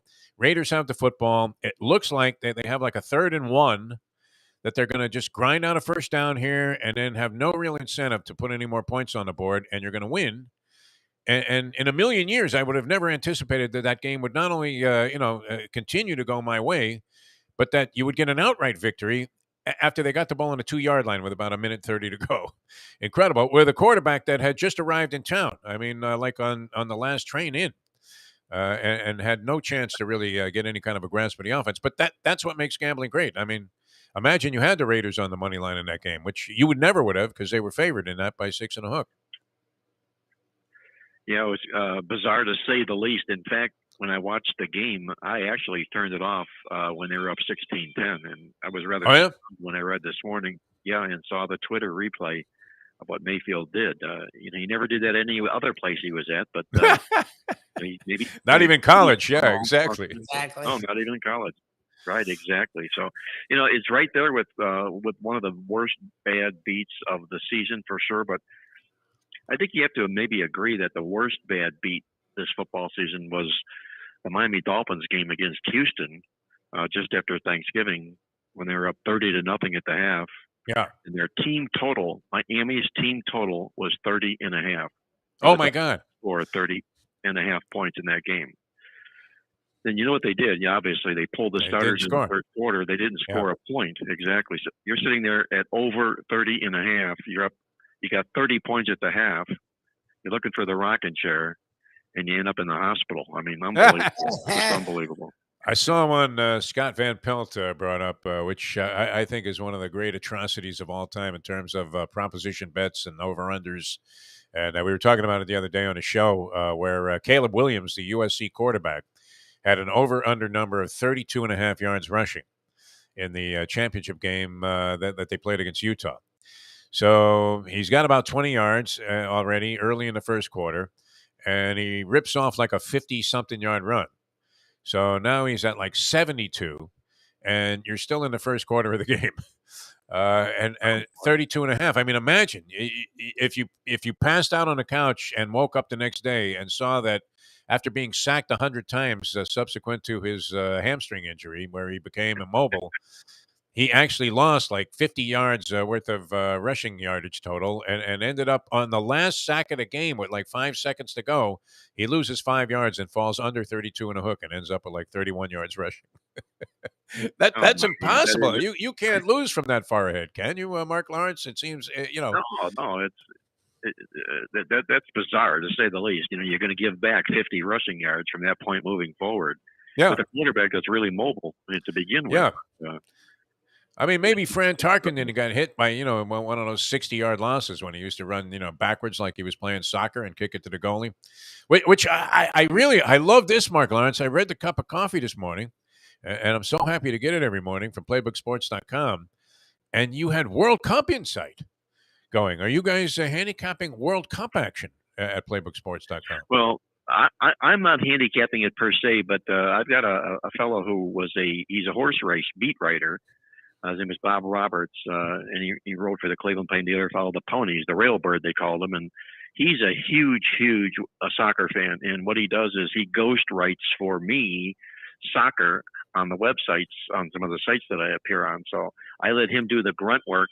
I take the credit, but Bob knows soccer inside and out, and I just love conversing back and forth with him about this World Cup and what's going on with it. And I'm a big fan of it. You don't watch it for 4 years, and then it gets here, and all of a sudden you become engaged in it, and it's really nice to see. So now we're down to what I mentioned on the website here today, the quarterfinals of the World Cup. Do my Croats have a chance? Croatia? Croats? Because I bet them every year, or every 4 years to win a World Cup. So far, that's been a fairly fruitless endeavor, but they do seem to make a run. Like the last time they were right there. Did they get to the semifinals, Croatia? I'm not sure. Well, I know that coming into this World Cup, they were one of the sleeper teams. The teams to watch, and here they are in the quarters. And if you're good enough to be mentioned as a sleeper team and make it to the quarters, anything can happen here. It's just like making the playoffs. Once you get in, like the Cincinnati Bengals did last year, anything can happen. And I'll be pulling for the Croats, knowing that they're your team. That's good to know. Yeah. I mean, we have the imaginary Croatian sports bar in Davie that we have referenced many years here on the show, Nikita's, which I'm not even sure. Mike Mayo would know this. He actually sent me a picture of something that would be of Croatian, a culinary descent there, I guess you would call it. But and he says, by the way, Bob Roberts, Mike Mayo says Bob Roberts is a great guy, a brilliant human being, and to say hello to him for you. So anyway, that's great. I mean, you cover all bases, Mark Lawrence. So let's get into it. I don't know. Is it too early to? I'm not sure if you're going to get into this Army-Navy game, but is it too early to get into the college bowl games on the show? Do you want to wait till next week on that? Well, we'll wait for next week. We're putting our college bowl guide together right now as we're speaking here, and I'll have that probably ready on Monday. Okay. But there's one bizarre stat that maybe you might want to sleep on between now and when the bowl games begin. And I've never seen anything like it before. It's how poorly the Pac-12 has played in the bowl games, especially of late. The last 24 games that they've been in a bowl game and their opponent had a season-ending win, Pac-12 teams are 1-23 against the spread Wow. in those games. Yeah, and there'll be 5 of them playing this year. So, keep an eye out for that particular trend. I think you can grind those 5 teams out into at least a profit, maybe cash three of those 5 games this particular season. You mentioned the Army-Navy game. Not a lot to talk about there other than the fact that it's been 16 consecutive unders in a row in that series. Yeah, they just, they bore you to death. The nation's, and I was really stunned to hear this. This is the most popularly viewed game in college football all season long. Incredible for me to think that. Yes. That's one I can give an El Paso on. I mean, as patriotic as I am, as much as I love being a red-blooded American, love this country, regardless of what happened here, during the previous administration, still love it. I mean, we're able to turn things around. That's what makes America great. And yet, I don't know. I mean, that's routinely been the most boring game, as you said, Mark. The over-under is set at 32 and a hook. I mean, they can't make a number low enough to entice people to bet overs in this game. No, it's because they just flat out don't get there. They just run and ball at each other, pound it down each other's throat. You look up, and all of a sudden there's less than a minute remaining in the game. Yeah. What you do have, I think, from a betting perspective today, though, with a little bit of value, would be I'm going to look at the Army side taking points in the game, just given the fact that, well, number one, they did open up the favorite and went quickly to Navy, the favorite. But revenge is huge in the Army-Navy battles. And Army has the revenge from last year when they lost as a 7-point favorite to Navy. And this is sort of ironic. Take it for what it is, but it's pretty neat stat. In the years that Army and Navy have played, and the Commander-in-Chief trophy was not in play, meaning that Air Force had already wrapped that up. When they played in football games like this, the totals in the game have been 30 or less combined scoring points for totals in that game, which leads to the trend of the dead unders in the series. But also the dog in that game, same plays in that situation, has won the money 5 straight times in a row. Give me Army plus the points. Yeah. Oh, so you're going to go ahead and take the points with Army in this thing. Yes, and do you think? Do you have an opinion on the over/under on this? I know you have the over/under tip sheet. I would imagine they have a play. Well, I would. I'm certainly not going to jump in front of a 16-0 freight train on a track that's. I'm going to try and divert that train. I wouldn't do that. The question here is there value in playing that? And I guess if it being Degenerate Friday, maybe maybe the day to go do that. It doesn't take as much encouragement as you think with our audience, Mark Lawrence, as you probably are well aware of, due to the the nature of interest that your subscribers have in your service, which is phenomenal at playbooksports.com. Yeah. I mean, it's like you walk by a roulette wheel, and you see like 16 straight red numbers have come in. So, you reach in your pocket and pull out a stick and put it on black, and then red comes in again.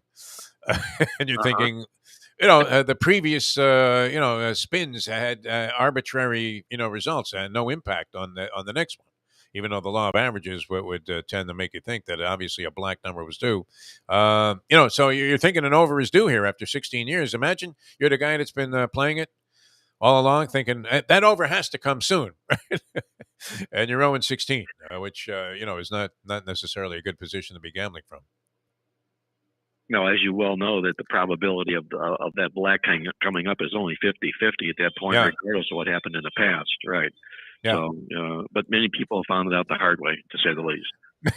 I always love when some rapper walks up to the wheel and he takes a look at it, and then he whips out like 20 grand in cash and puts it on the number, and then he was ready to kill somebody after here it is right there in red 7. It bounces right out of 13 black in the red 7, and the guy is out 20 dimes but doesn't seem to care. All right, anything else? I mean, the pro slate certainly has some interesting matchups here, and we were talking about a game earlier, which I guess is flipped, right? Was Detroit originally an underdog? I thought I saw where they were like 2-point dogs to Minnesota, and now Minnesota is an underdog on the road, even though they have 10 wins. What strikes you on the NFL card, Mark Lawrence? Well, that's going to be one of the 2 games, Defo, basically amounting to dogs that are leading their division, taking points from losing opponents. Obviously, Minnesota being one of those 2 plays that we'll talk about on the show here this week.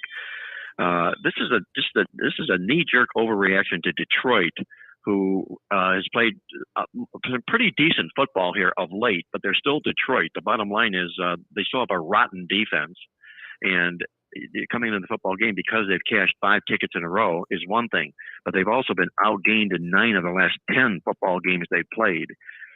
Thus, they're doing it with smoke and mirrors. And they're doing it against a Minnesota football team that they've lost 9 of the last 10 games against. It's not like the Vikings are going to lay down here with this big, fat division lead they have, because they're playing, obviously, here for home field advantage for the seeding in the NFC playoffs. I know they're trailing Philadelphia, but, the season's far from over here. I think the wrong team is favored. And as you mentioned, Minnesota did open up -2. Now they're +2. I'm going to hop on the take on this football game and take Minnesota +2. Well, and it falls into I don't have a name theory for this. The default flip-flop theory, I guess, would be that a week Right. ago, I thought Detroit as a 1-point dog to Jacksonville at home was the standout play on the NFL card. It turned out to be the case. And so you're thinking, all right, so what do you come back with now? You would have to think a play against Detroit, because everybody's going to jump on that bandwagon, which apparently, as you pointed out, to swing the point spread almost 5 points, I guess, in a short period of time, once the line came out, pretty significant that everybody's jumping on the Detroit bandwagon now. Maybe the ideal time to jump off. So I'm with you on that one. And the other game, Mark? The game is we're going to play Baltimore taking 2 against Pittsburgh. And this is another game that obviously before the Lamar Jackson thing all sorted itself out, Baltimore a week ahead of this game was a 4.5-point favorite. Now they're going to dress up as the 2-point dog in the contest. And Pittsburgh has really played some pretty decent football since T.J. Watt has been back. He's been back 3 games. They've won 2 of those football games in the contest here. But you've simply got, again, another division leader taking points from a team that's in last place in its division here. The only incentive Pittsburgh has in the game is to project that they can win football games out and preserve Mike Tomlin's never had a losing season, keep that intact. But you've still got much the better team. One team's going to be in the playoffs. The other's going to be watching the playoffs. I'm going to take the points with the team that's going to be in the playoffs and take the 2 against Pittsburgh. I think, again, this is a knee-jerk reaction to a line based upon a team that appears to be playing good, a bad team albeit, but appears to be playing good against a Baltimore football team that has a propensity for playing close call football games. You look at if you take a look at their losses, all 4 of them have been by 4 or fewer points. So this game is going to probably come down to a field goal. In the history of the series, this is probably the one series that's finished on 3, the final margin being 3 more than any other in NFL history. So I see another close football game here, and I'll play Baltimore plus the points here as well. Fierce rivals also inside that division, the Ravens and the Pittsburgh Steelers. They were both very good teams for a long period of time. I thought Kenny Pickett, and what I saw of him, I guess it was a couple of weeks ago, I was watching him, and Pittsburgh won the ball game, had shown some real signs of life and improvement. The quarterback for the Pittsburgh Steelers, from the erratic guy that he was, he came in, he made a favorable impression, but threw 3 picks in that game. And but since then, it looked like maybe he was really going to struggle. It looked like maybe he had gotten it together a little bit. Kenny Pickett. Yeah, he sure has. I mean, he's looked really, really improved, as you mentioned here. It doesn't even look anywhere close to the quarterback he was when he first took over the job, his first start against Buffalo. And a lot of that, the proof is in the pudding. You look at their last 4 games, they haven't turned the ball over. Pittsburgh hasn't, and that's a tribute to Kenny Pickett. But I just don't like him saddling up and changing of the roles here, having to lay points into a football team. If you also on the other side of the coin, this is you look at Baltimore, they've been an underdog in football games here twice this year, and they have yet to lose to the spread in either football game. They won one of those 2 times. So a rare role for Baltimore, I think, makes them the right side of this game. Interesting too. I mean, 2 most overbet teams have been the Buccaneers and the Chiefs, both sitting in there at 3-8-1 against the spread here, and people constantly are getting sucked in. Even though Brady orchestrated this amazing comeback in the final 3 minutes against the Saints, still failed to cover the spread, which I thought would have been the first appropriate question at the post-game press conference. Hey, Tom, can you really be satisfied with a win, no cover? Right? Shouldn't somebody speak for us, Mark Lawrence? at these gatherings after the game, let's ask the key questions. Can you really be happy, Tom? You buried your adoring public here, laying 3 and a hook against a lousy Saints team that has no quarterback. Unbelievable. Mark, always a pleasure. Playbooksports.com. Yeah, exactly. How do we get the bowl guide, my friend? Well, the bowl guide is going to be available Monday or Tuesday. Check it out at the website at playbooksports.com. I'm going to tell you, the bowl guide just kicked butt last year. Unbelievable, 27-10 on all sides in the bowl guide last year. Just sides alone. It's a must-have publication if you're going to be dipping your toe in the water in the college bowl games. Check that out. Excuse me, online at playbooksports.com, where you can also pick up our weekly football newsletter and our weekly totals tip sheet. Do you have an early opinion on our favorite bowl to predict? And that would be the Hawaii Bowl. We're saying Middle Tennessee State is the team that goes out there and can't handle the action, and ends up having a quarterback suspended because he dives off the 3rd floor of the hotel room into the pool, shows up, all looking like they've been on an all-night bender. I don't know. Do you have a thought on that? We're trying to figure out always which team is going to be just completely out of whack with a trip to Hawaii. San Diego State, I would think, would be more inclined to be accustomed to that sort of environment. Well, I think you're right, and not to play any sort of a card here, but I think there are more white players on Middle Tennessee State that are prone to sunburn than are on San Diego State side. Yeah, they're used to it, man. It's 72 degrees there every day. Sunburn factor. Yeah. Exactly. But I'll let you know a little bit more about that game when we talk next week. You're the man, Mark. Thank you. Okay, so we have maybe the intimation that there will be a sunscreen theory involved in picking the Hawaii Bowl. Sunscreen. All right. Very good, my friend. We're going to look for that, Defo. All right, have a good week. All right, my friend. Have a good weekend. We love you, Mark. Thanks, man. Playbooksports.com. Mark Lawrence, always on his game. Going with Minnesota and Baltimore, getting points in the National Football League. Wouldn't that make some sense, Lubie? That Detroit, who overwhelmed everybody with the fact that they won as a home dog last week and won, in a runaway. I mean, the game was never, ever in doubt in terms of your ability to cover that point spread. They put up a ton of points, too. Yeah, 40-14 they won. That they would bounce off of that and subsequently then lose as a favorite now to a 10-win Minnesota Viking team that, hasn't been overwhelmingly impressive for a team with 10 wins, have they? I mean, they haven't convinced me that, the Vikings. Yeah. Although a lot of people thought early in the year, Brett Tester thought they were going to be very good. He said that on the show, that the Vikings couldn't be or should be underestimated. But they've eked out a lot of wins. I mean, the good news is they're winning, but at the same time, it's not like you're going, whoa. I mean, who would want to play these guys, right?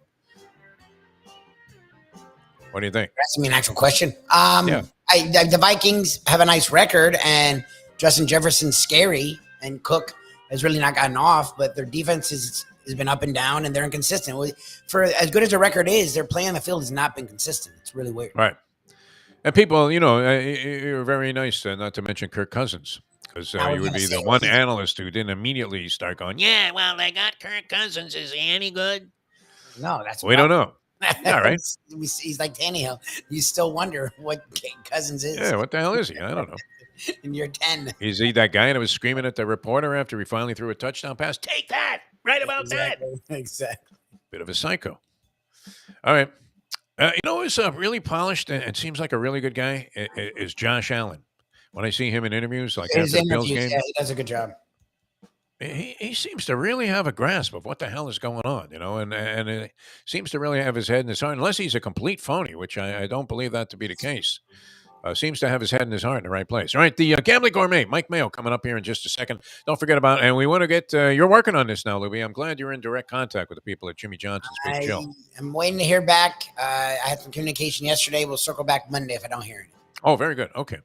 Because we have to get Michael down there and check out the Italian Fisherman Pizza and many of the other things. The way Mayo orchestrates these shows when we do the lunchbox on remote, like we will be today at Gulfstream Park, he doesn't hold back on, asking for, the different samples of the food. He's convinced people they have to bring like 20 dishes to the table. It's the best. He's like, well, I want that. Hey, throw in a knish. Yeah. Oh, you know what? What about that and that? Oh, that'd be good too. I'm like, yeah. You just ordered 10 things. Oh, you want to throw a couple of these? Oh, you have breakfast here also? How about some pancakes? Anyway, I mean, he'll love all the different samplings because you know he's going to drive Dominic and Jimmy crazy. 100%. They're going to have to put an extra, you know, couple of chefs on the staff. But I can't wait to get him down there because I think he's really going to give a thumbs up to all of the food at Jimmy Johnson's Big Chill. I know I did. I know you did, Lubie. And the professor, a very discriminating food critic in the restaurant business himself, with the Foundry, a fabulous place that draws rave reviews all the time and very favorable opinions from people on Let's Eat South Florida, which is Mike Mayo's thing that he started there with the Sun Channel. But I think he really was the impetus behind it. He gives credit. Give him credit, Mayo. He's humble. A nice guy, but no, that's him. He gives credit to the woman that's the editor there at the Sun Channel. I don't even know if she even shows up for work. I'm not sure. I think she's highly involved. She does a great job, but that definitely is Mayo's baby. It's Mayo, man. I mean, what do people want to see there? As evidenced by the fact they just want to see the man eat. Yes. And we want to see him eat at Jimmy Johnson's Big Chill because it's just a great place. I mean, make it your first priority when you're heading down to the Keys. If you're coming from anywhere in South Florida and or just going directly there on some kind of vacation, you know, right out of Miami Airport, straight to the Keys, make sure you plan a visit to Jimmy Johnson's Big Chill. Great food and drink, great vibe, great atmosphere. You're going to love it. We loved it there. We'll be down there soon with Jimmy and have our whole crew coming down. So that's going to be a lot of fun. Jimmy Johnson's Big Chill, mile marker 104, the Overseas Highway in Key Largo. All right, Mike Mayo, the Gambling Gourmet, to round things out on a Degenerate Friday. A lot of fun being with you today. I'm Jeff DeForest. That is Mike Lubitz here in South Florida live. The Lunchbox live today from Gulfstream Park. Be down there at 12 o'clock, all three of us. And that'll be a hoot as well with live racing getting underway. I think they start like 12:15 at Gulfstream Park. I'm actually expecting to do a lot of talking today because the two of you with races going on. Mayo just punches it up on his phone, man. That's his thing. Not better. We're doing a show. Yeah. That's worse. You're thinking, hey, you didn't even get out of your chair there at the bar, Michael. How could you possibly have had 200 to win on a 12-1 shot? But he does. It shows you that little thing there that I can't ever read, right? That writing is smaller than my Haftorah was when all of a sudden they zap you with like just a sea of Hebrew lettering, and you're thinking, where does it say Manish Tana Halayla Hazeh? That I would recognize. All right, coming back with Mike in a moment. Now that. It's 8:44. Ponies in Style at Champions, the outstanding simulcasting room at beautiful Hialeah Park. Yes, the grand old lady of thoroughbred racing has never been more vibrant, and you can wager on the races from the top tracks around the country while enjoying a cocktail at the Brass Rail Bar or any of the fine food served throughout the facility. If poker is your game, you're covered in Style, and you can play all your favorite Vegas-style games, including blackjack, craps, and roulette, in Hialeah Park's sizzling hot casino. Get a player's card when you walk through the door for all kinds of generous amenities, including our favorite, free play, when you come out to the ultimate casino and entertainment destination, Hialeah Park. Hey folks, Tony Segreto here. You know, since day one, Catholic Health Services has been part of Old School. And since we've started letting people know about them, it's changed their lives. You see, Catholic Health Services, while being recognized as one of the top places for stroke rehab in the country, it's also about a group of people who not just excel in what they do, from the doctors to the nurses to the therapist, on and on and on. It's how they do what they do every single day that separates them from the pack. They do it with a passion, unmatched, and the inclusion of family in every step of the process. Trust me when I tell you this. If you want the best, unmatched rehab with a special group of skilled, caring people, there is truly only one place, and that one place is Catholic Health Services. These days, we're all looking for comfort anywhere we can find it. Thank goodness for Landlubbers Raw Bar and Grill in the Plantation location, because they are making sure you are as comfortable as possible. First of all, they're not only open for delivery and pickup. All you have to do is go to landlubbersbarandgrill.com for both pickup and free delivery. Their hours have changed a little bit. Monday through Thursday from 3:30 to 10, and Friday, Saturday, and Sunday from 11:30 to 10. You're going to have the best wings in the world. You're going to have a great burger. You're going to have their amazing soups. Again, Landlubbers, Raw Bar and Grill. It's nice and easy. Just go to landlubbersbarandgrill.com for both your pickup and free delivery. Thank goodness for Landlubbers for making you always feel right at home. He'll fight Brian Cox in the locker room. He'll challenge Bill Parcells to a verbal shout out. He'll stare down Johnny Chan while holding pocket twos. And then he goes Mike to Mayo, the London Gambling Business Gourmet. School for the savants. How about that? Yeah. I will crush London your School hopes of and Finance. dreams with it. Mike Oh, Mayo, the Gambling Gourmet, joins us here. I do all those things, and I also crush your hopes and dreams with a 3-word text giving you the bad news about game 1. Well, this was particularly brutal, and Michael, I thank you for doing that. The modern day odd couple, Defo and Lubie, are on now. It is, of course, the Defo Show.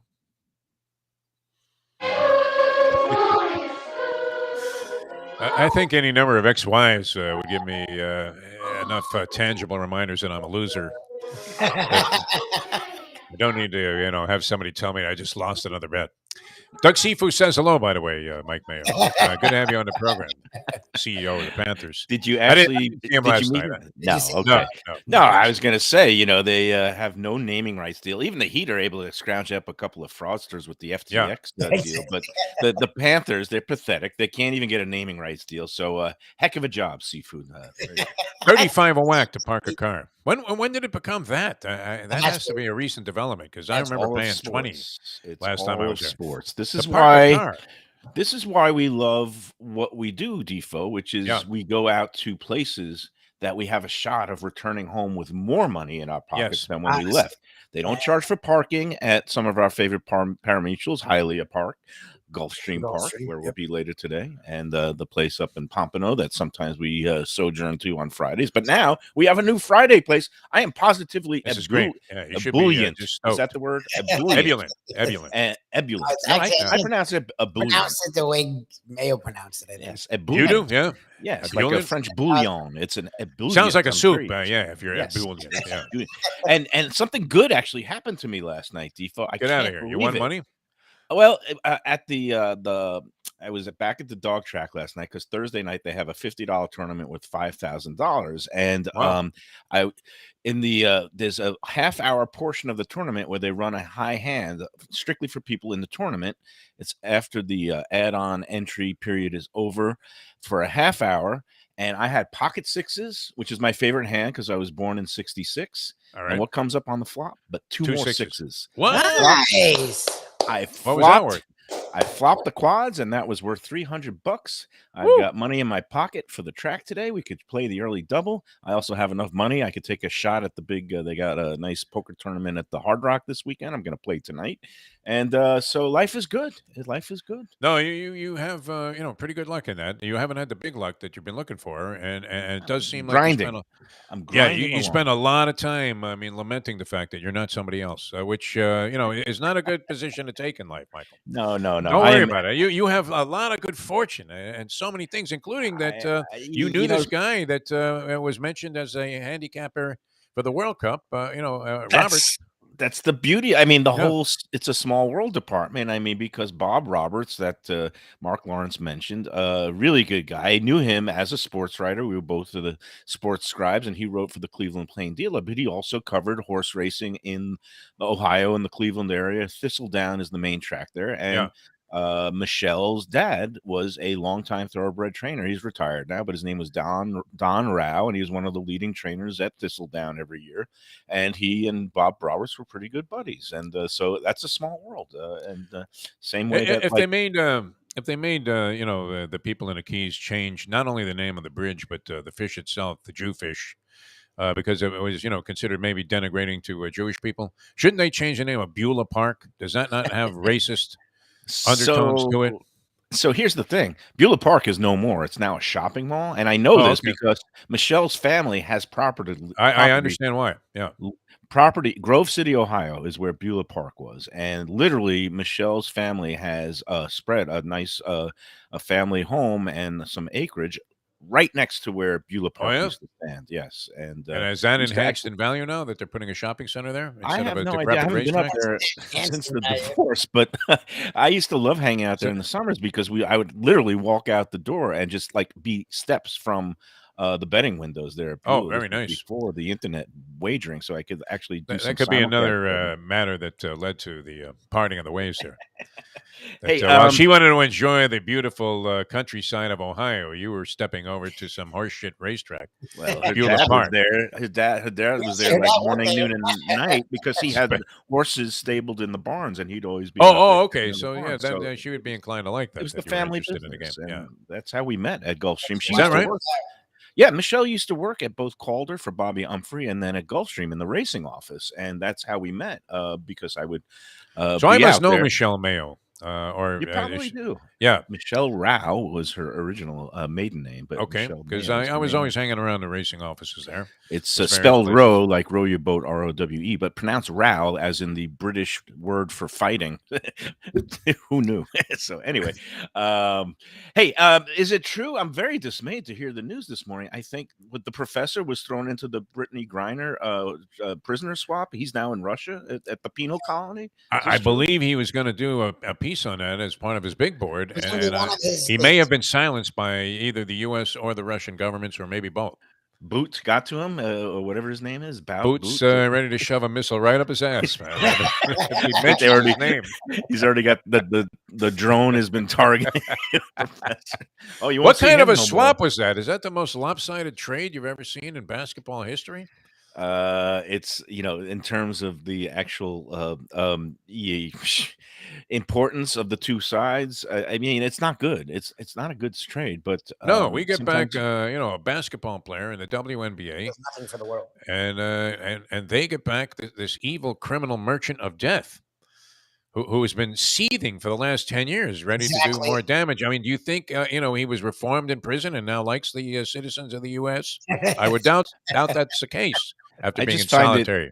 I find it interesting that this deal was finally done after the midterm election, or the last election Well, in the exactly. midterm was done. So, look, it's not going to be the most popular thing. I don't know if it's the right thing. This is what makes being in the White House the hard job that it is, Yeah. because you got to make these decisions, and there's real world consequences, and weighing the things, the pros and the cons. I don't know. I wouldn't want that job. So No way.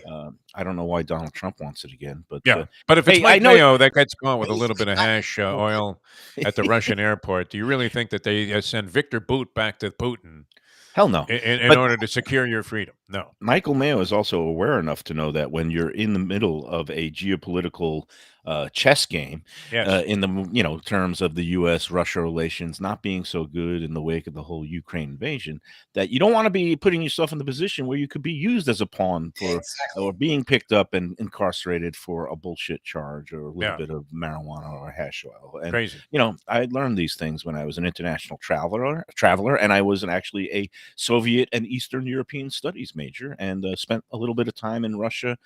Just 3 weeks traveling with a group from the London School of Economics when I was over there, and a respectable young human being and scholar. So now look at us. We're getting ready to all jazzed up to go to Gulfstream. On that front, I remember, there was a period of time where I was going to Vegas frequently, and also doing my fair share of cocaine. Okay. Well, They both go hand in hand. The And statute now- of limitations has run out. You could speak freely. I mean, I can speak freely It's about this. I never- mean, it's buried in my past, but nonetheless, and there was nothing better on that 5-hour flight than having a little pouch of coke, and you're running to the bathroom every 15 minutes, and the flight attendants are starting to look at you funny, and then they begin to join you in there, and the next thing you know, their legs are wrapped around you while you're both doing a bag of toot, on your way to Vegas and McCarran Airport. And anyway, so then security got tighter, and it After became 9/11, more yeah. problematic. This wasn't after 9/11, but Oh, this was before but 9/11. but security had been amplified at the Fort Lauderdale airport from the days when you used to be able to roll in there like with white powder under your nose, and they would just give you a free pass. So my buddy and I don't know why. I mean, we had been on a bender there, and we come to the airport, and we still had a significant amount of this substance left. Residue. Right. More than residue. So at the last second, I'm looking at the security, and I say, you know what? I don't want to bring this through here. So we go to the bathroom because we don't want to throw it away, and we snort the rest of the bag. All right. So now, I mean, literally, there's, my head is spinning. I couldn't be any more high than I was. And as I get to the, the security part, a Broward sheriff, is there, and he says, "Defo, how the fuck are you?" He's a fan. And he says, just wave these guys through. Just So wait. we could have gone on the plane with the stuff instead of having snorted and ingested like a quarter ounce of Kilo. cocaine in the minutes before we got on this flight. And I want to tell you, it was a very uncomfortable flight because you want to fall asleep right away. And No, just not the when you opposite. just Yeah, yeah. did No, an 8-ball. Oh but my that was God. it. I mean, Yeah, so those- everybody's been and the weird thing is, you always think after, like you got through and got, oh shit, we could have kept the stuff. We could have brought it. Okay. Maybe And that's this, what Griner was thinking. I don't know. first of all, the traveling domestic and traveling international are two different kettles of I would fish. say yes So to that. Yes. when you are traveling domestic, you could try to maybe get away with some things that I would not necessarily try at home or recommend to the public out there. But no, when you're going internationally, it's like going to Houston's. It's their house, their rules. You got to play by their rules. You don't want to If you're not willing, and otherwise you're Midnight Express. That's always the That's it, man. potential. And, William Hayes, man, the you don't judge, he wanna do likes you. that. Hey, so Yes, what do you got? before we go, because we're at Gulfstream today, and I Yeah. just want to, I'll cue Lubie, and we actually have to do some pre-production. We got to come up with the trivia questions, and which I'll do that. But make sure, Lubie, we're going to put on the crawl out there. My email address, mikemayoeats@gmail.com. I'll send you all All right. the I details. saw you. because- You were getting a lot of response there on that Facebook thing that you had operating separately from the company. I was or guidelines. was not. You were getting a lot of people asking you, like you were reading these questions. I thought you were making them up. Oh yeah, yeah. Like the sports talk guys that used to say, "I got a text here from Joe in Miramar, and Joe wants to know who was the better quarterback, Marino or No, this Montana." was, I tell you what, when you put it on Let's Eat, which got 94,000 people now, then 94. 94,000. We're What is zeroing the in total population of this area? I mean, is it more than that? 6 million. Oh, okay. We got a ways It's to South go. Florida. No, but it's bigger than many cities. I mean, like I guess Coral Springs is like 100. Well, actually, Coral Springs is like up to 140,000. Oh, yeah? So Okay. anyway, but look, it's a healthy number for a food focused group, and that's good. And we're going to be doing this contest, Is and this we'll thing be that- explaining. Is Sorry, the thing that's scrolling correct? I say email you. Mike Your Mayo chance eats to at 10 G- pounds, $50 gift $50 certificates. Answer the trivia question and give your pick for the feature race Saturday at Gulfstream which Park. is going to be with a chance at winning those the seventh race. It's a female 2-year-old sprint stakes, but we'll get that. Yes, that looks pretty good for now, and I'll give you the actually number of the which race it is. It's going to be well, we'll go over that later. Anyway, it is. I'm very excited about this. I'm also excited. Defo, you're going to be away a couple days next week, but when you come back next Thursday, we're doing our pre-Hanukkah celebration show. I was just at Grandpa's. beautiful. I saw our friend Mark. Oh, look at you. We're going to be doing our remote show there next Thursday, the 15th. All right. Hanukkah begins on Sunday evening, the 18th. It's already here, and when I was in there today, they had a whole bunch of these I've already eaten half of it. Blueberry muffins. That's right a out of the blueberry oven. muffin. It looks like a piece of pizza or something. No. Well, there you go. Okay, now I it's cut it up. Yeah, I cut it up. It's a muffin. It's got blueberries, and there's Does it have nothing an better. equal number of blueberries throughout the muffin. Remember, I mean, a great scene in Casino, right, with De Niro. That was maybe one of the best food scenes in any movie. Would you agree? Oh yeah, but as good as a hot bagel is, getting a warm blueberry muffin right out of the oven. Oh yeah, it's right up there. That's good. I'm happy. It's good. All right, what are you going to be eating out at Gulfstream today? Well, I think we'll be talking with the director of food and beverage out there, Joe Beja. Okay. And I've ordered them to slaughter us with a whole range of any kind of dish that they got coming out of the kitchens. We're going to be talking about their various food offerings. They're on track at the casino and Gulfstream. It's with Joe and talking about 10 Palms, which is going to be the featured giveaway every Friday. And we're going to be running contests every Friday throughout the championship meet, and it's going to be a lot of fun. I used to love those 3 Live Jews we used to have at the track many years ago when it was Hank Goldberg, Eddie Kaplan, and me. And they would put us out there for various appearances at Calder Racecourse. And they would literally, I mean, I'd never, people really did kiss Hank's ass. It was great, and some would say well-deserved. I get my share of gratuitous behavior, as you witness now that you're part of the electronic media, much more so than even the newspaper world, where people are super nice to you and they're always laying things on you. So they would literally bring like Hank pheasant under glass and personally put like a bib on him. And then he would start screaming, "The food here sucks." I'm like, who would ever invite you out here again, Mr. Goldberg? And yet, even after that, they couldn't pamper They him enough. still, yeah. It was awesome. Yeah, I mean, I would be a part of that trio there because Capper and I, we just benefited as So Hank is was Kaplan complaining still about everything. around? Is Yeah, Kaplan, yeah, is he's he alive, available yeah. to come out and do one of these? That would be fun if you get him. I'll invite him out if I can. I can get a hold of him through a friend of mine. So I used to have his number committed to memory, but that memory is shot. And at I'd this love point. to see him. We'll clear it with the authorities at Gulfstream, but I think he's welcome there. He's not personal. Oh, no doubt. No, I mean, a degenerate's degenerate. He is a classy degenerate. And go look at your. Well, we will have a racing form waiting for you. We're going to get there good. about 11:15 to Today's. set up. I mean, I need today's. I know it's in your rider. You've got that. Yeah. No brown M&Ms and one racing form clean for Defo on a Friday. That's bigger morning. than any consideration you could possibly get in any kind of contractual. And those two early races. I'm not going to denigrate any of the racing at beautiful Gulfstream Park. That would be very, very dismissive. I mean, first day. I would think. First day you're complaining. What? Cheap claimers on the maiden claimer and bottom level pathetic? claimer the first few races, but there's opportunity there. And get that right out of your mind, Michael. We'll never keep the gig. No, we're going to be. It's wonderful, wonderful. Think Lawrence Welk. Wonderful. It's going to be beautiful weather, beautiful people out at beautiful Gulfstream Park. There's no D in wonderful. Oh, and I wanted to give one more note. Congratulations to our man Pat Utter Shenanigans. His son is part of the Chamonix Madonna team. He's junior varsity, but he traveled up last night. They won the state title game for their division in Tallahassee. Chamonix Madonna from Hollywood. It was a rout. It was like 45-3 or 13 or something. But now they're going on. There's, I guess, these national championship tournament in Las Vegas later in the month. So Chamonix Madonna is going to be going out there later in the month. So good luck to them there. Madonna and Sin City. That sounds and we've got American Heritage next Friday night in the state title games that's going to be taking place here at Drive Pink Stadium in Fort Lauderdale. What do you do in Vegas though if you don't gamble, man? I mean, the Ferris wheel, get the fuck out of here. You got to be good massages, the spa, the pool. What a waste of a trip. The day clubs.